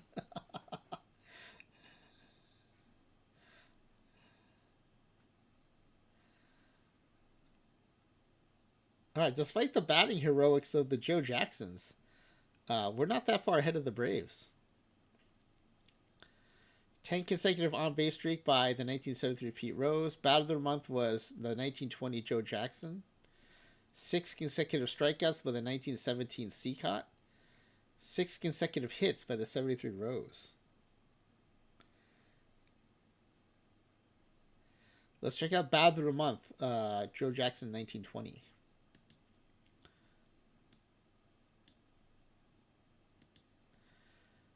On the month, he had 407, 6 home runs, 31 RBI, 28 runs scored.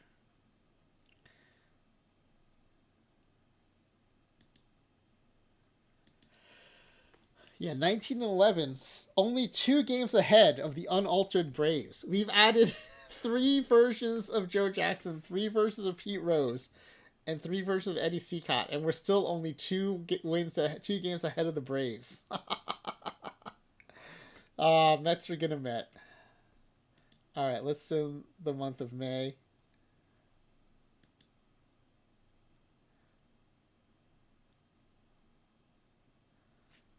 I went a little bit of a win streak there with 12 losses. All right. The owner did interrupt us, so let's finish the month.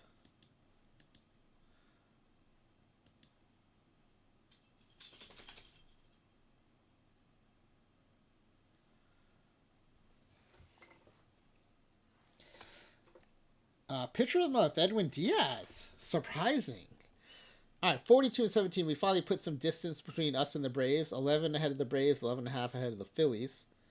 The Phillies were the actual NL East champions. And the Dodgers and Mariners are the only other teams with 40 wins.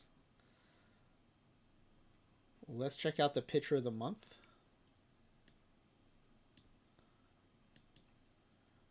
Diaz, 10 saves and 12 save opportunities. That actually doesn't sound amazing.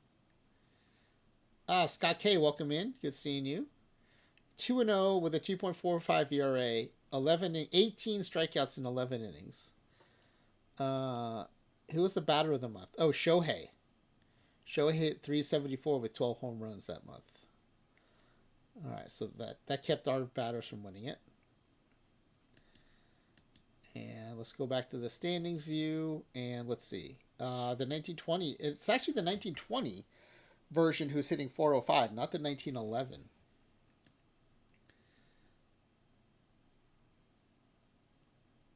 Eddie Cicotte, 13 and 19, are tied for second in the league in wins. The 1917 leading the league in strikeouts. That I was not expecting for Eddie Cicotte to be leading the league in strikeouts. And Edwin Diaz tied with two other players for first in saves. All right, let's sim the month of June.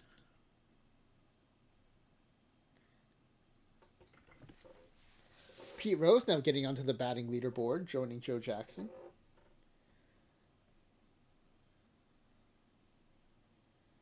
The RBI totals are crazy. I think because so many of our Jacksons and Roses are getting on base. 64 and 19 in the midst of a 17-game winning streak. We are the only team with over 60 wins. The closest competitor is the Dodgers with 58. And we're at 64 and 19. The 1913 Cicotte leading the league in ERA. Two Cicottes leading the league in wins with 12. And the 1917 Cicotte now second in the league in strikeouts.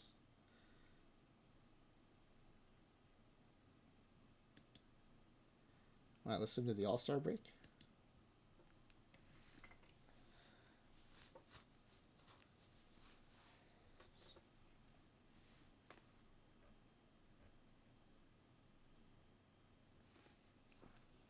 $18-game winning streak for the team.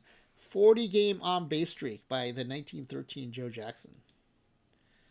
75 and 21. Wow. And we're in the midst of another 6-game winning streak. We have one more game to play before the All-Star break, which is a loss. That ends our mini win streak there. Let's check in on the All-Star voting.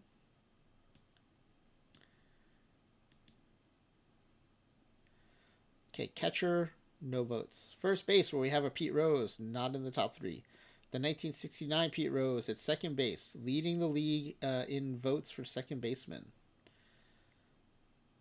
Shohei leading all players in votes with 7 million votes. Wow. Francisco Lindor, unaltered, second in the league, second in voting at shortstop. The Joe Jacksons could not sweep first in left field, first in center field, but trailing Shohei by a huge margin. 2.5 million votes behind Shohei in right field. Yeah, we may not win the MVP because of Shohei. Let's see what he's doing this season. 340 average, 31 home runs. 1096 OPS, I think, if my arithmetic is correct. Now, the pitching, we know, is sometimes the voting is a little flawed sometimes. So the 1913 Cicotte, 14 and 3, 2.94 ERA, probably our best bet. But any of these, maybe all three can get in. 12 and 4, 14 and 4, and even Sean Manaea, 10 and 3, with a 3.50 ERA, and David Peterson, 8 and 4, with a 3.84. Edwin Diaz, 4 and 1 with 19 saves, 2.23 ERA. 15 strikeouts per 9 for Edwin Diaz. All right, let's see who was actually selected for the All-Star game.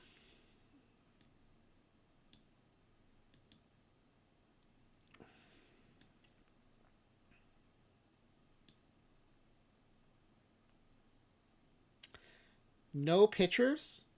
No Cicottes? Are you serious? That is messed up. Look at these. All right, 14 and 3 with a 2.94. Who is better than that? 4 and 10? 4 and 10 with a 4.65? Is he the only Colorado player? Is he the one player that... Okay, I guess we had to take a Rocky, and they took Feltner.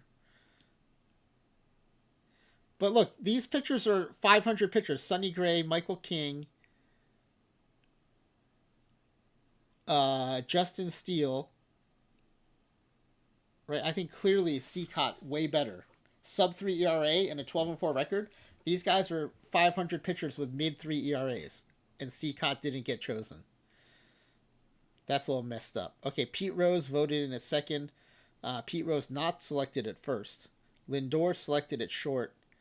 Joe Jackson 1920 voted in at left. Joe Jackson 1911 voted in at center. And Joe Jackson 1913 selected for right field. All right, so at least the Joe Jacksons got in. Only one Rose got in.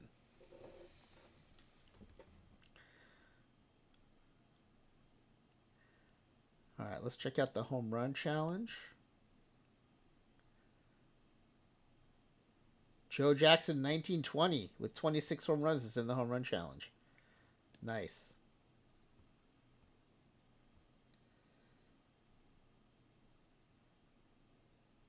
Scott K called it. Pete Rose would be reinstated 9 months after he passed, hence banned for life. Yeah, that's essentially the wording of the commissioner's statement, is that that these bans would be for the duration of their lifetimes.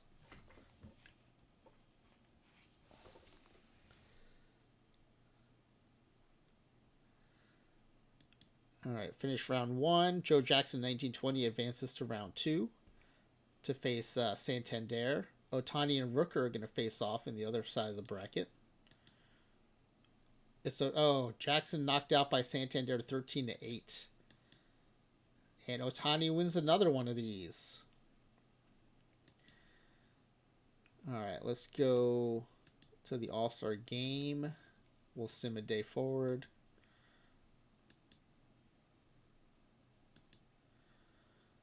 The AL beat our NL team. All right, let's see how our... Oh, look at that win probability graph. 2 runs in the top of the 9th to come from behind and win it. Oh, wait. Oh, yeah, we're the NL. Right. Let's see. 1911, Joe Jackson went 1 for 2 with an RBI. 1920, Joe Jackson went 1 for 3. And 1969, Pete Rose, 0 for 1 with a run scored and a walk.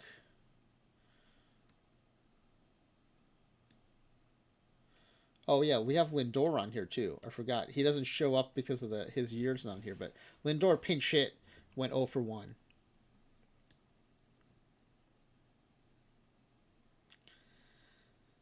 Let's see.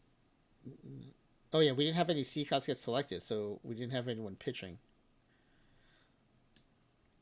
All right. Let's go to the standings view. All right, let's sim the rest of the month of July.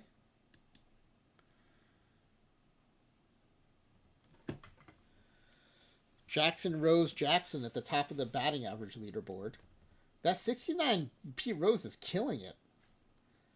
Hitting 391 with 100 RBI already.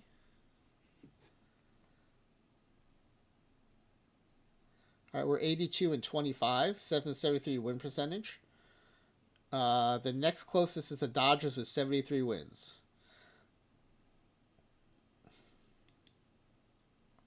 Oh, let's see how our pitchers are doing, too, in the leaderboard. The Cicottes dominating the wins. The 1917 Cicotte, second in strikeouts. And it's the 13 Cicotte, second in the league in ERA.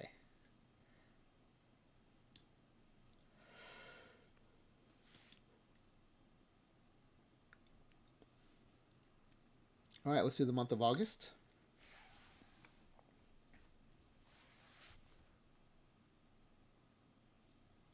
Actually, the 1920 Joe Jackson has a chance at the MVP if he can catch Ohtani in home runs. But Ohtani just went on a run. Joe Jackson 1920 has 34 bombs. Ohtani's got 45. 14-game run streak by Joe Jackson 1920. Team had a 12-game winning streak. All right, 104-33 as of September 1st. The next closest team has 90 wins. We're at 104. We have clinched a playoff spot. I believe we've also clinched a division. Wait, is X division or playoff spot? Where's the key? I don't see the key for that. I think Z might be division. X might be playoff spot.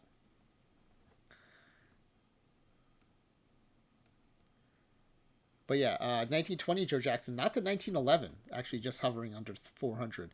Pete Rose, 1969, hitting 380. We have the top. Oh, Francisco Lindor sneaking in the top 3 in RBI. The Cicottes leading the league in wins. The 1917 Cicotte second in strikeouts. We have no one in the ERA title top 3 though. X clinch division, Z wildcard, maybe. Yeah, maybe because our magic number is X. You know what? I bet if we go to the pennant chase, it'll tell us.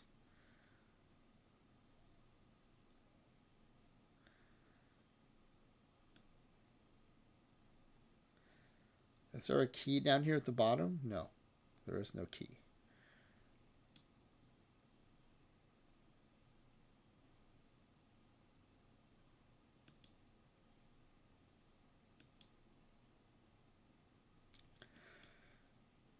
Yeah, I thought it would maybe tell us in the pennant race, but... Oh, it's in the manual. Well, no, there is a wiki now. It might be in the wiki. The wiki is now the manual. All right, let's go to... Let's just go end of the regular season here.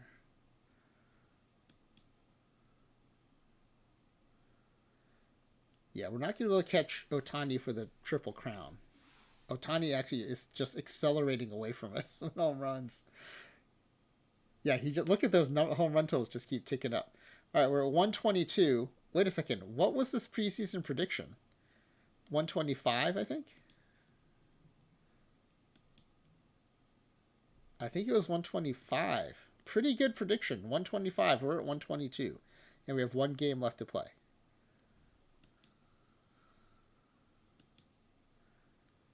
All right, it's a win. We finished at 123 and 92, or 39. Sorry, 123 and 39. The 1920 Joe Jackson leads the league in average and RBI,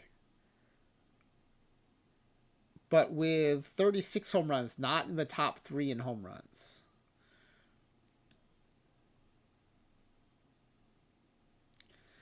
The 20 and 1911 Joe Jackson's trailing only Shohei in batter war. In terms of wins, the 1917 and 1919 Cicottes tie with 23 wins. The 1913 gets 20. The 1917 Cicotte also second league in strikeouts with 302. I was not expecting that from Eddie Cicotte. Wow. All right, let's go to... Do we have a postseason yet? Or do we have a tiebreak? Will the Rangers and Astros have to play a game 163 for this last... No, because I think they qualified.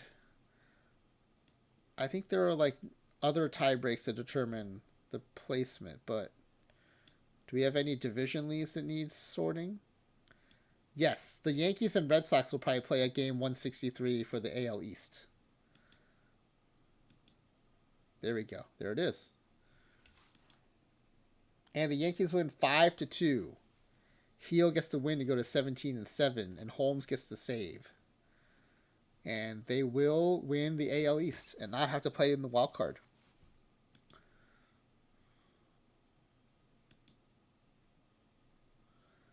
So let's finish today.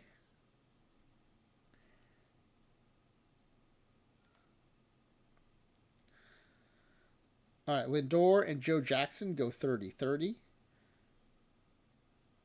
2 Eddie Cicottes tie for the league lead in wins, and the 1920 Joe Jackson wins the batting title. Joe Jackson, Pete Rose, and someone else go 20-20, and we are advancing to the playoffs. Let's go ahead and save this. And let's check out the postseason.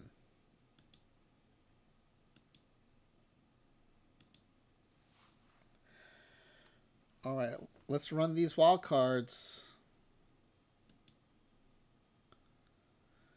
All right, the Braves beat the Padres 2-1 to face our team in the NLDS. The Brewers sweep the Giants to face the Dodgers. Guardians beat the Astros to face the Yankees, and the A's sweep the Rangers to face the Mariners. We had a sim a few nights ago where the A's went to the World Series.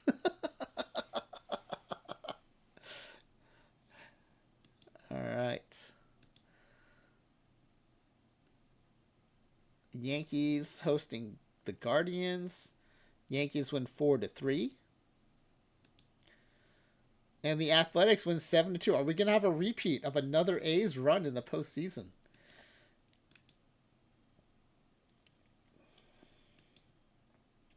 Guardians win 8-3 to even that series at 1 apiece. Athletics win again to take a 2-0 series lead in the NL. It's the Dodgers Brewers. Dodgers win 4-1. And we win 10-3. Home runs by Vientos and the 1920 Joe Jackson, who continues to the hot hitting. The 1917 Eddie Cicotte goes the distance. Gives up 3 earns, scattering 7 hits and a walk and 11 strikeouts. Man, this Cicotte, his stuff is only a 55 too. Where are all the, part of it is he's probably throwing a ton of innings. No, even then though, it's only 258 innings. He's throwing a ton of strikeouts. That's crazy. With a 55 stuff rating too. Wow. All right, A's on a travel day. The Brewers win 2-1 to even that series at 1. And the Mets win again 11-2. Pete Rose, 1979, player of the game, going 4 for 5 with a triple and 4 runs scored. 1919 Eddie Cicotte goes 7 1/3, 2 earned runs. And the 1911 Joe Jackson goes 3 for 5, also with a triple.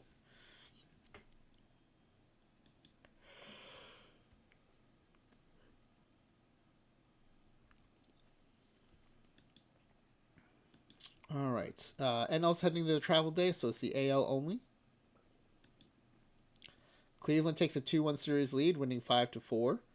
Oakland looking to sweep the Mariners. But the Mariners win 11-2, including 20 hits to force at least a game 4.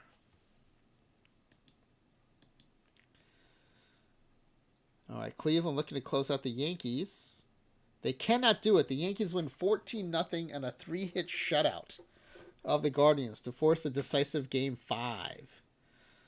Oakland trying to avoid that fate, trying to finish off the Mariners here in game 4. And they do, winning 6-5 in 14 innings, walking it off in the bottom of the 14th. So Oakland advances to the ALCS. In the NL, the Dodgers win 6-5, taking a 2-1 series lead. And the Mets looking to sweep the Braves. They do, winning 9-5, sweeping the Braves, headed to the NLCS.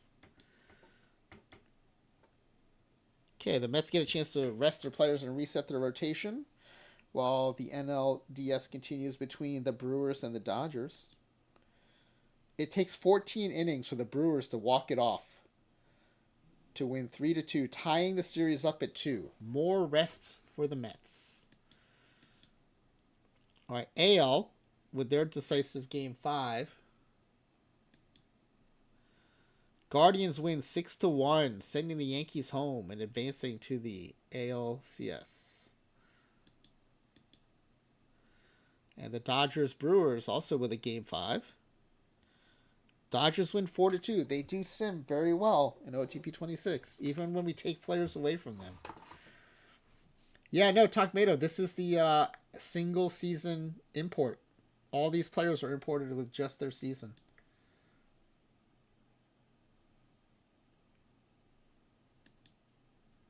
The specific year is the import year. All right, we've got the ALCS starting up.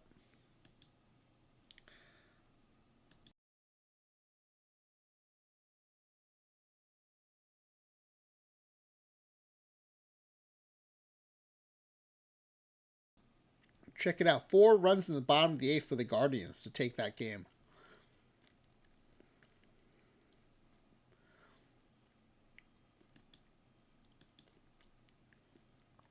All right, ALCS Game 2. Guardians win 9-3, taking a 2-0 series lead headed into the travel day. The NLCS starts up, and we've got our ace, the 1917 Cicotte, on the mound against Yamamoto. And we lose 6-1. Wow.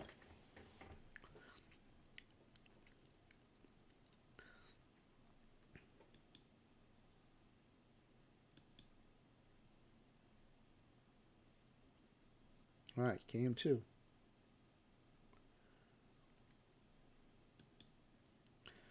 It's a 10-2 win. The Mets get back on track. The 1919 Eddie Cicotte advances to 2-0 in the postseason. 1913 Joe Jackson goes 4 for 5 with 2 home runs. And the 1973 Pete Rose 2 for 4 with a double, an RBI, and 3 runs scored. Man, these Pete Roses are run machines. All right. That ties the series at 1. NL's going to head on a travel day while the AL resumes action.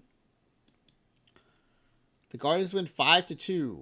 It looks like there won't be an Oakland Athletics run tonight like there was the other night. All right. The Guardians looking to sweep the Athletics. They win 6-5, sweeping the ALCS and heading to the World Series. They are going to be well rested by the time the NLCS is decided. Another loss for the Mets. Dodgers win 5-1. 1913 Cicotte takes the loss. Glasnow advances to 3-0 in the postseason. Phillips gets his 3rd postseason save.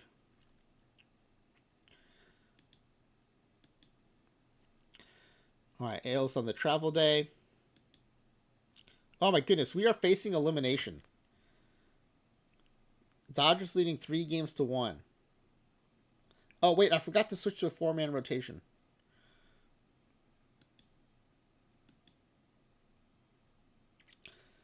Let's put Peterson in as a stopper.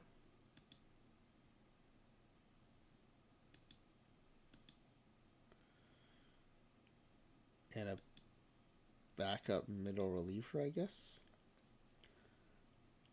Okay. I don't think that really changes anything, but just in case. Well, what it does change is we could have had him in the bullpen for those first few games, and we didn't.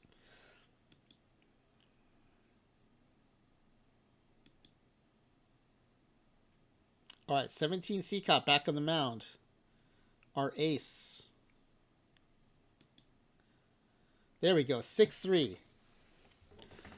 1911 Joe Jackson goes yard, and 1969 Pete Rose also hits a home run.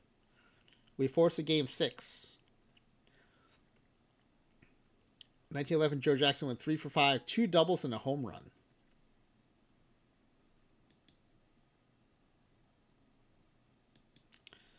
All right, travel day.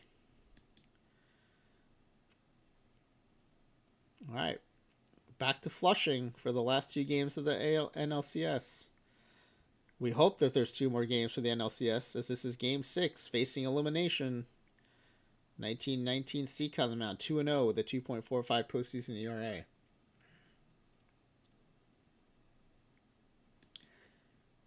Oh, it's 8-7. 2 in the top of the 9th. We can only get back 1 in the bottom of the 9th, and we are eliminated. That's a bummer. Mets gonna Met. I'm telling you. We had 6 versions of at least, 9 versions. 6 versions of 2 surefire Hall of Famers. 9 versions of potentially 3 Hall of Famers. And we still can't win a World Series. Mets are gonna Met every time. Every time Mets gonna Met. Unbelievable. Unbelievable. All right, let's watch the rest of the playoffs. We're going to watch them from the playoff tree. Mets are going to Met, man. Every time.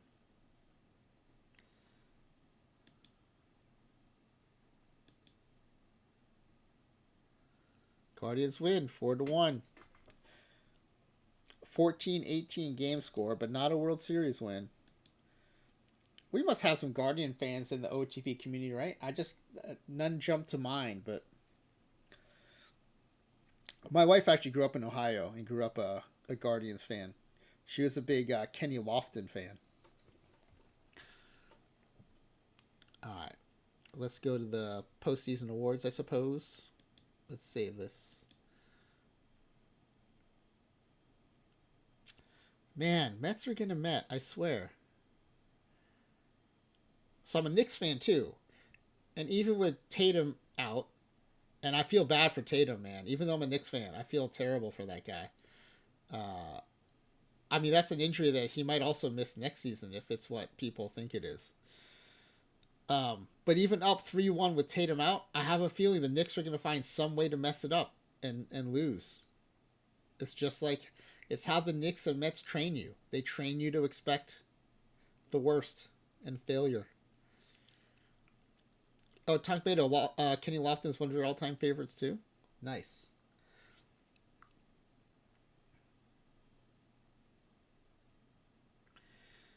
Yeah, I kind of liked when she told me that because it's like it's not like an obvious superstar. It's like, oh, that's a good favorite player to have. That's cool.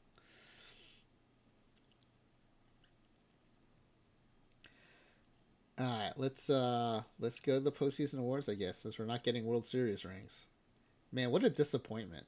You have that much talent to a team that made it to the NLCS and you still can't win.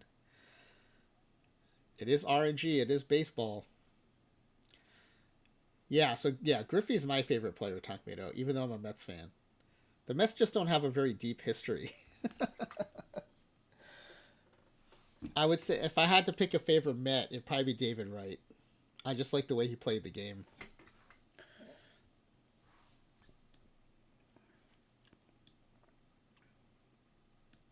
All right, Great Glove Awards. No Great Gloves. Not a surprise. Leave of the year. Now, how did Diaz end up finishing? 6-2, 33 saves, 2.41 ERA, 1.18 WHIP, 15.1 strikeouts per nine. The strikeouts per nine are great. The WAR is above 1, which is all right. I think the AI is not going to like the ERA above 2. So I think we might get some points, but we're not going to win.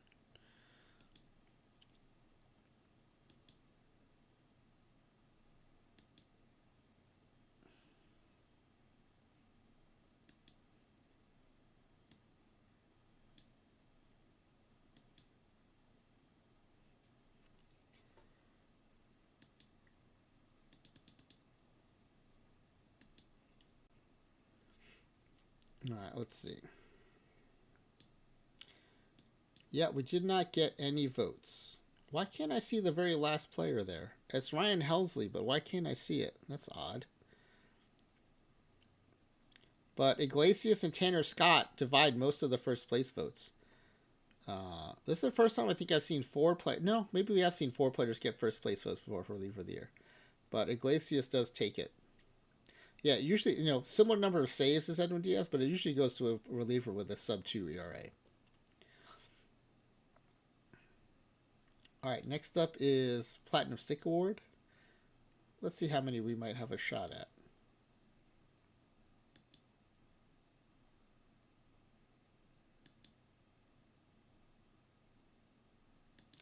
Let's sort by OPS. Left field, maybe. Center. Which one played in center? They're both listed as right fielders. The one who played right field is not going to get it because of... Oh, we can look down here. 1911 played center. So 1911 will probably get one. 1913, unfortunately, played right field where Otani plays. So he probably will not get one. 69 Rose played second base, so he might get one. He better. He hits 369. Look at these stolen base numbers. We're running... Wait, did we end up running sabermetric or traditional? Sabermetric, I boosted the stealing a little bit, but look at these stolen base numbers. 1911, Joe Jackson, 68 steals, 18 caught stealing.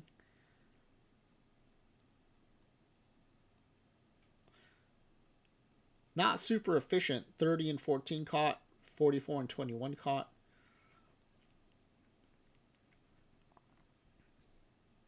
So I think we're going to maybe in the running for 4 or 5 Platinum Stick Awards.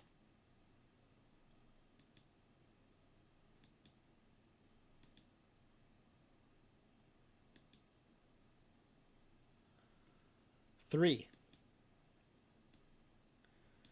I overestimated. Pete Rose at second base. I thought that was a shoo-in with 369 at second base. Joe Jackson in left field. I assumed we'd get it in center field. We did. But Ozuna takes it at DH, hitting 339 with 39 bombs. Yeah, I can't argue with that, actually. Pretty good season. All right, Rookie of the Year. I don't think we have anyone eligible. So Cy Young. We've got the 1913 went 20 and 4 with a 298. The 17 went 23 and 4 with a 3.94. And then the 19 went 23 and 6 with a 3.42.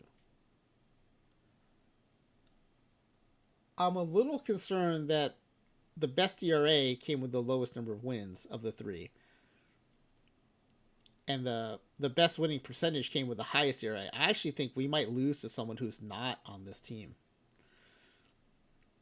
But let's see. I know Blake Snell was having a big strikeout season.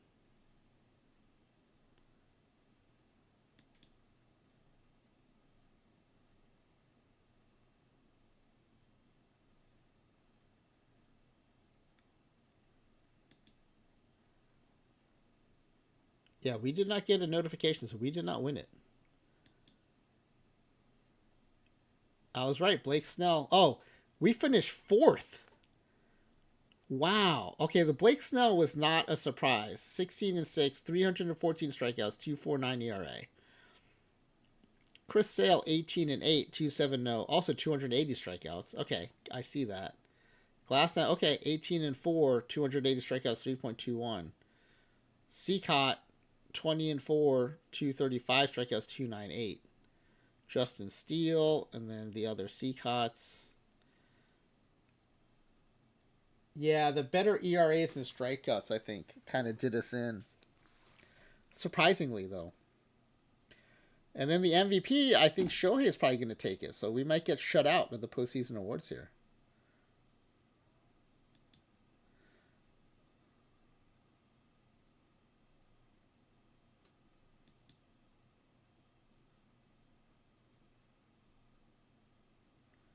Yeah, we didn't get a notification, so I think we lost out to Shohei.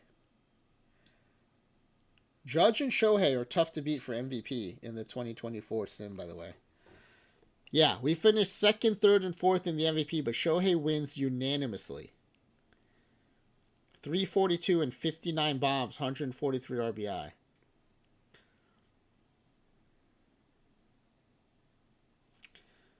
Yeah, we had guys hit higher average, but couldn't touch the home run total. And also, I bet Shohei stole 80 bases again. Yeah, 86 bases. I mean, how can you compete with a guy hitting almost 60 bombs, 80 stolen bases, and 1,100 OPS? I mean, there's no way. There's no way to compete with Ohtani in this sim. He's just too good.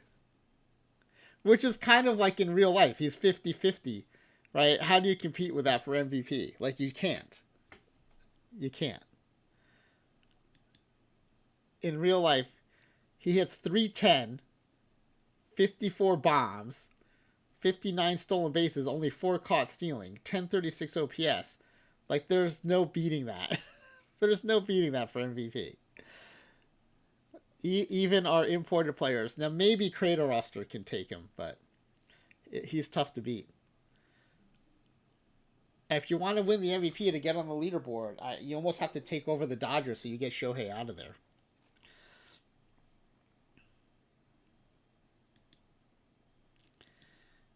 All right, let's go. Let's go give away some packs.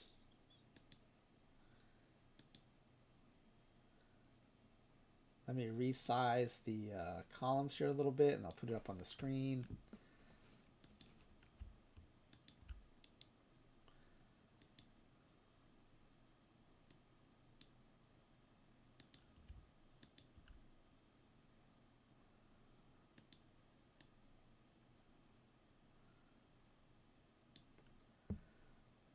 All right, let's see how this goes.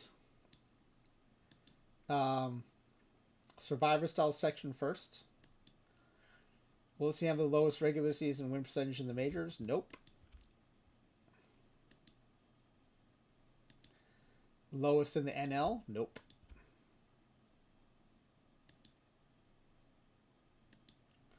Last in this division? Nope. We do lose Leopard here. Win percentage below 500? Nope. This is where I think Leopard might have just made a mistake here, because the yes-no doesn't make a lot of sense. So, might have just been a misunderstanding there. Will this team make the playoffs? Yes. They made the playoffs. Did they win the division? Yes. They ran away with the division. Will it make the World Series? We did not make the World Series. So AW must be watching our streams, because AW is the only one who got this right. Now, we only determine first place in the Survivor Style section. Now, just out of curiosity, how would the rest of this have gone? Will it win the World Series? Of course, no one would have gotten that right.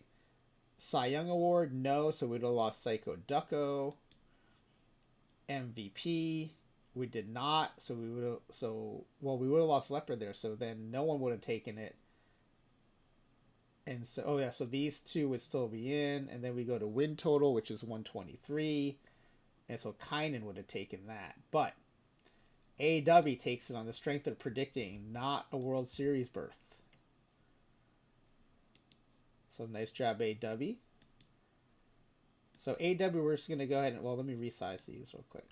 Now, everyone's back in, so if you were despairing, do not. You are back in.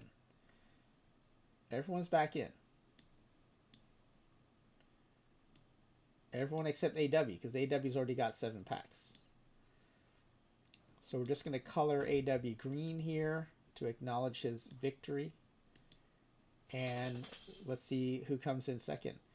We did win the division, so 0 is the correct numbers of games behind.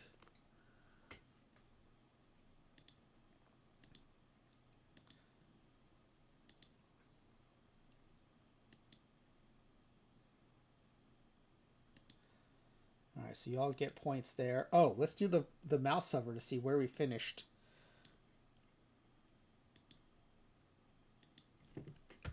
Okay, so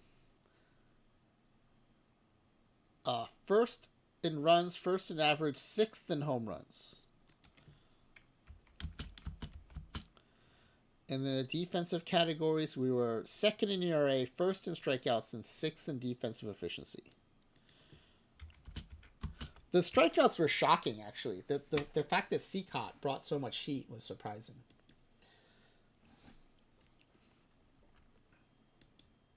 All right, first in runs scored. So Tonkmato, Leopard, and Cicotte get points there.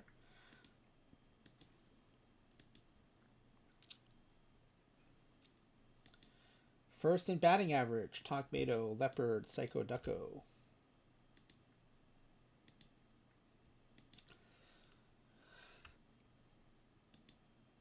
Home runs hit. Kynan gets that exactly right with 6. So Kynan's the only one who gets a point there. ERA, 2nd. No one gets 2nd, so Kynan's going to get it there.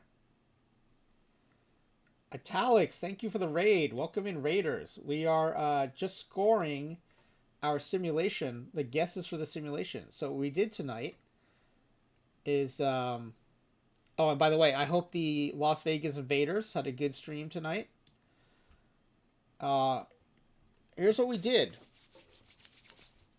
There were some Major League Baseball reinstatements announced today, if you missed it. 17 players who had formerly been banned from the game have been reinstated, including Shoeless Joe Jackson, Pete Rose, and Eddie Cicotte. Italis clinched first in the AL and got your first playoff berth. Congratulations. That is huge for an expansion team. Oh, that's awesome. I hope there were celebrations going on in the chat. That's great. So what I did is I took 3 versions of Shoeless Joe Jackson, 3 versions of Pete Rose, and 3 versions of Eddie Cicotte, and added them to the 2024 Mets. And guess what? The Mets still couldn't make it to the World Series. Can you believe it? Now that they're eligible, because they've been reinstated, Shoeless Joe Jackson, Pete Rose, surefire Hall of Famers. Eddie Cicotte, likely Hall of Famer, I would think. Maybe not. But, 2.5 Hall of Famers, 3 versions each. 6 Hall of Famers and 3 maybes added to the 2024 Mets. And Chillin' Sicilian is correct. Typical Mets fashion. I am a longtime Mets fan. Typical Mets fashion. Mets gonna Met. Could not even make it to the World Series. Unbelievable. And couldn't win an MVP because of Shohei Ohtani. So it was a rough end to a really good season. Won 123 regular season games. 2 of the Joe Jacksons and 1 of the Pete Roses were top 3 in batting. We had the top 2 RBI totals ahead of Ohtani. And then in a big surprise, Eddie Cicotte, the 1917 version, 302 strikeouts, second only to Blake Snell, who would end up winning the Cy Young Award. So the individual players did well, the team did well in the regular season, just couldn't get past. I can't remember who he lost to. It was so traumatic. I've suppressed the memory of it.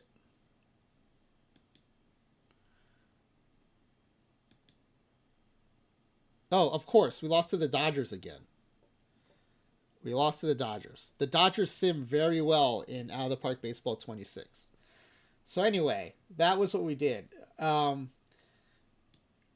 You can import any player from any season into any season in this game. So that's what we did. Into 2024, we imported... Here, I'll show you who we imported. It's from the pack giveaway form.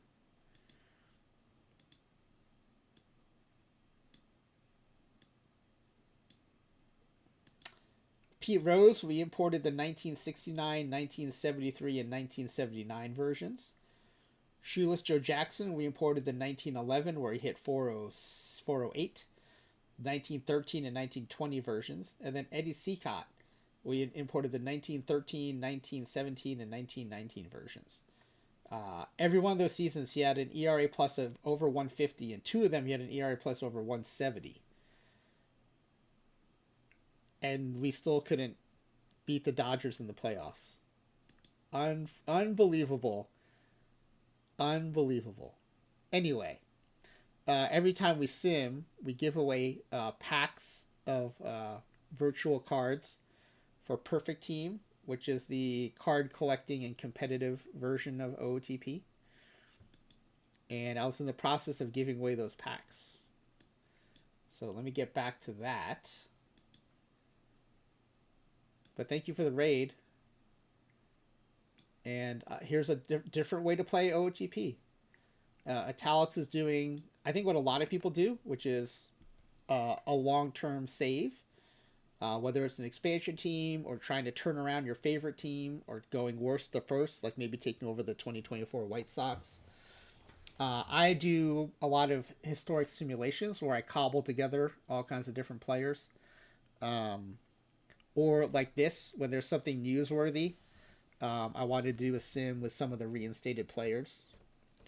Or I do experiments to test out the base game. Or we do community games where people can redeem channel points to play some of the games I've made up to play on stream. Alright, so let's finish giving away these packs. Where did this team finish in strikeouts thrown? We finished first in strikeouts run, mainly because Eddie Cicotte was out of his mind. I did not think a dead ball pitcher would throw so many strikeouts in the modern era, but he did. 300 plus strikeouts. And it's not like he threw 300 innings. His stamina was 85, which is off scale, right? It's a 20 to 80 scouting scale. He's an 85. But it's scaled to modern day. So he only threw 250 some innings. Right? Back in his day, he would have thrown 300. So it's a legit strikeout total. He didn't just, it wasn't just by massing up a bunch of innings. All right, defensive efficiency, we finished 6th. So Leopard takes that one.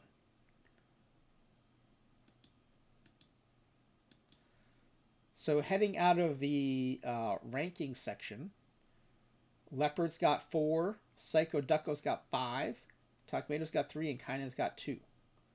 All right, now we go into the batting section. Highest batter WAR on this team.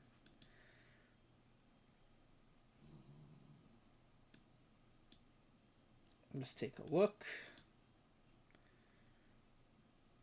Batter WAR. 11.0 from the 1920 Joe Jackson, who hit 391.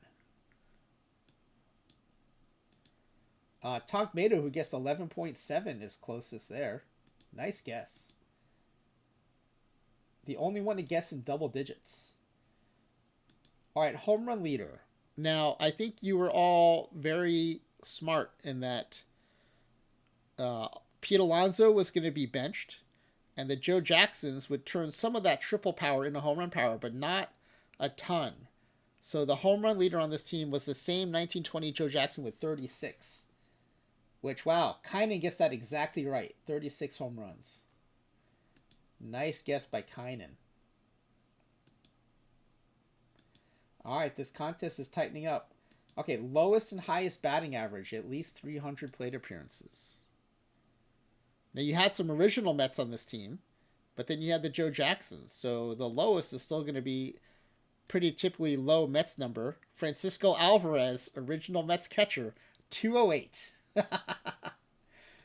208. 208 exactly by Talkmato. What? Talkmato. What? Amazing. Talkmato gets that exactly right and jumps into the lead with 5 correct answers, but the most recent. So that breaks a tie with Cicotte with 5. All right, the highest batting average, 391 by the 1920 Joe Jackson. 361, 362. Cicotte takes it by 1 batting average point and jumps back into the lead. All right, now we're looking at OPSs, lowest and highest. Again, there are original Mets in here, so you got to account for the original Mets. The lowest OPS with at least 300 plate appearances. Again, Francisco Alvarez, 565.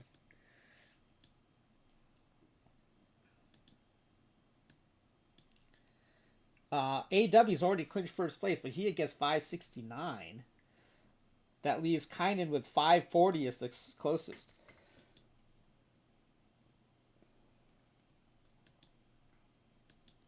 Kainen's starting to catch up.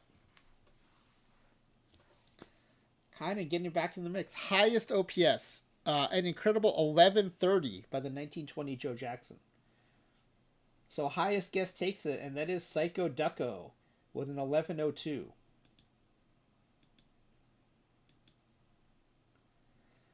All right, strikeout percentage. This is always a fun one. We have to go to batting stats 2 to see this, because it is a. Oh, wait. I did not mean to change batting stats 1, so we can go to batting stats 2 without saving it. Do not save. Okay. The highest strikeout percentage with at least 300 plate appearances. So Pete Alonso only got 130 plate appearances. Mark Vientos, 29.1. Not that bad. 29.1. Good guesses by everybody. In the ballpark. 31 by Leopard is the closest to 29.1. If AW hadn't already won, AW would have been closest, but AW's already got first place. All right, as we head into the pitching section, let's see where we stand. Kainen's got 4. Takmato's got 5. Leopard's got 5, and the most recent, so that's a tiebreaker over Takmato. And wait, is that right? Cicotte has 2, 4. Cicotte has 7. Whoa. All right. All right, Pitcher War is the first one in the pitching section.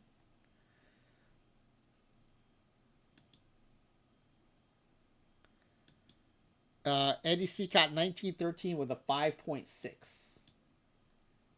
Man, AW, no wonder you won. You're getting all these secondary ones right too.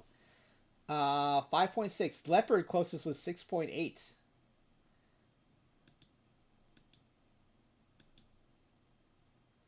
Everyone's still chasing the 7 of Cicotte. Okay, most strikeouts thrown. Crazy Eddie Cicotte with 302. I was shocked by this number. 302. Kainen takes it with a 269. The meme answer paying off.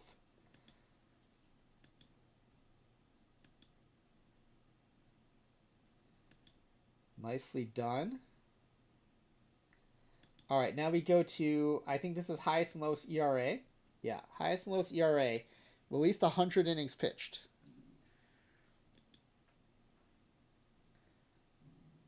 David Peterson, 4.33 is the highest. And the lowest would be Eddie Cicotte with a 2.98.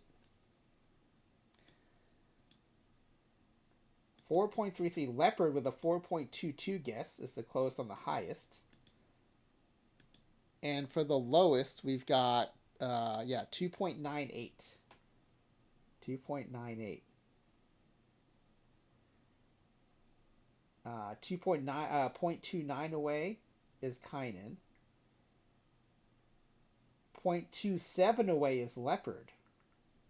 So Leopard just a little bit closer. Just barely. All right, we're in the last, basically the last 2 questions because these are both OPS whip questions. So Kainen with 5. Takmato with 5. Leopard with 8. And Cicotte with 7. So really, I think Cicotte may be the only one here in range of catching up with Leopard.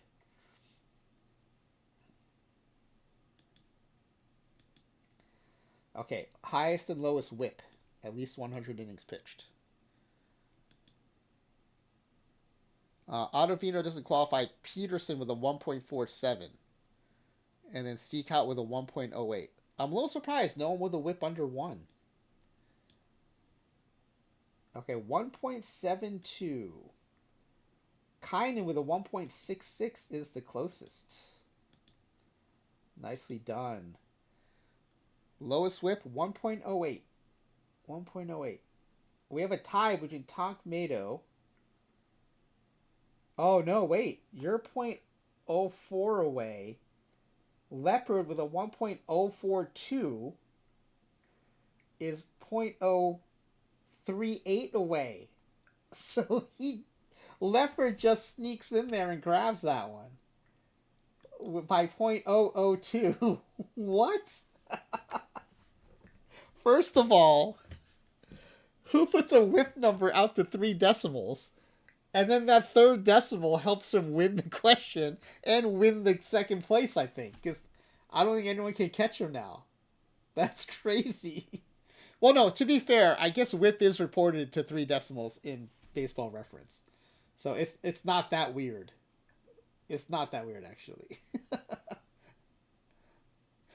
Takmato's guessing pi next time. Okay, the last question is home runs per 9. The highest home runs per 9. Wow, it's actually 1917 Eddie Cicotte, 1.5 home runs per 9.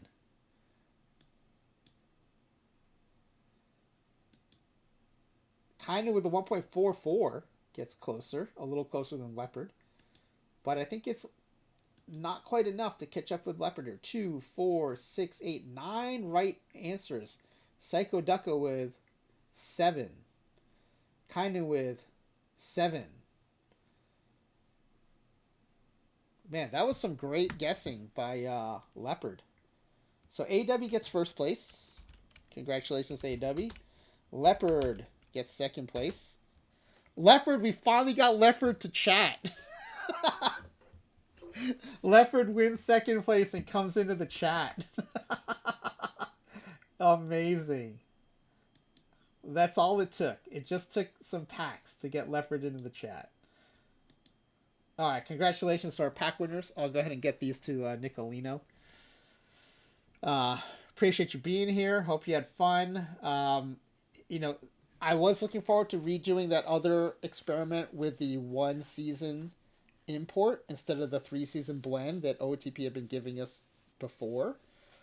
But I thought this MLB news was important enough to do a theme sim around it. Those players getting reinstated off the ban list is huge. I think in particular, Joe Jackson bringing back like a dead ball legend into the fold, and Pete Rose just having passed away recently too. I think just kind of huge news from a baseball and sports perspective. So and a fun opportunity to bring them onto a Mets team, and just to see how well they would do in modern era. They did not disappoint. I especially enjoyed that. As a dead ball player, Joe Jackson never hit a bunch of home runs, but hit a ton of triples. And it was fun to see the game translate those into home runs. He became a 30 home run hitting, almost 400 batting average player.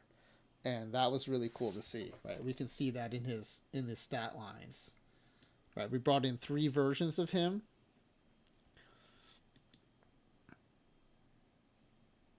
Let's get back to batting stats 1 instead of this weird batting stats 2.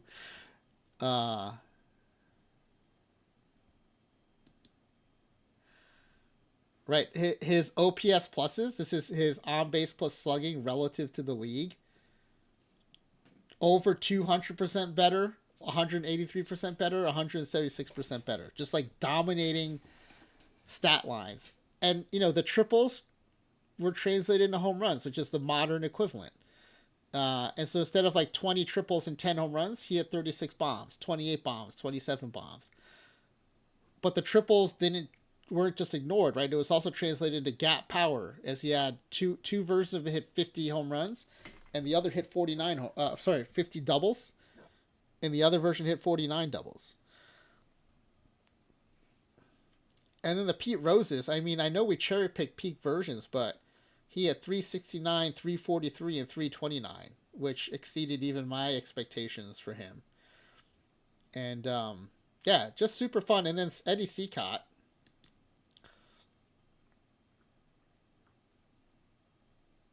really kind of surprised me with his effectiveness with the strikeouts.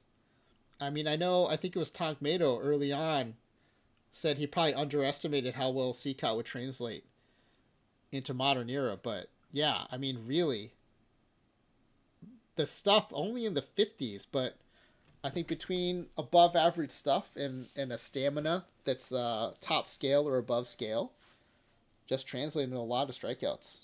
So that was really cool. All right. Hope you all had fun with that. Let's figure out where we're going to raid into. Thanks also to Italics for the raid. That was great. Got a chance to show some folks who maybe are not necessarily OOTP players or even fans yet a different way to play the game. So while Italics does a more realistic expansion sim, we're doing stuff like importing 3 versions each of Joe Jackson, Eddie Cicotte, and Pete Rose into 2024. All right, let's see. If Midnight Sumo is still going, we're going to raid into Midnight Sumo. These sumo tournaments are only 2 weeks long, so we have a limited amount of opportunity to raid into those while he's doing live sumo commentary. So Midnight Sumo for those of you who haven't raided into him with us, is oh, they're at the final bout, so they will do a repeat, but it's kind of a bummer to miss that. So yeah, maybe we will raid in a. Well, I don't know. I think they'll do a repeat of the broadcast right after, so I do think we'll raid into Midnight Sumo. Hopefully, we can always raid into between sumo tournaments. But Togbeto, but thanks for letting me know. So we're gonna catch the last bout. It might be too late for it. But if you wait a minute, he will restart and replay the bout with his commentary still on it. So he's a Canadian streamer, English language commentary over the Japanese commentary. So he'll help you understand what's going on. And it's a super fun way to kind of learn about a very Japanese sport. And I'm a Japanese streamer, so I appreciate the opportunity to kind of share some more Japanese sports with everybody. So yeah, we're gonna miss the last live bout, but he'll recycle right into a replay of the entire tournament. So I'll be watching that. Well, I'll also be watching Ophi. I do tend to watch multiple streams after I stream, but hopefully we'll get a few new fans of Midnight Sumo out of this too.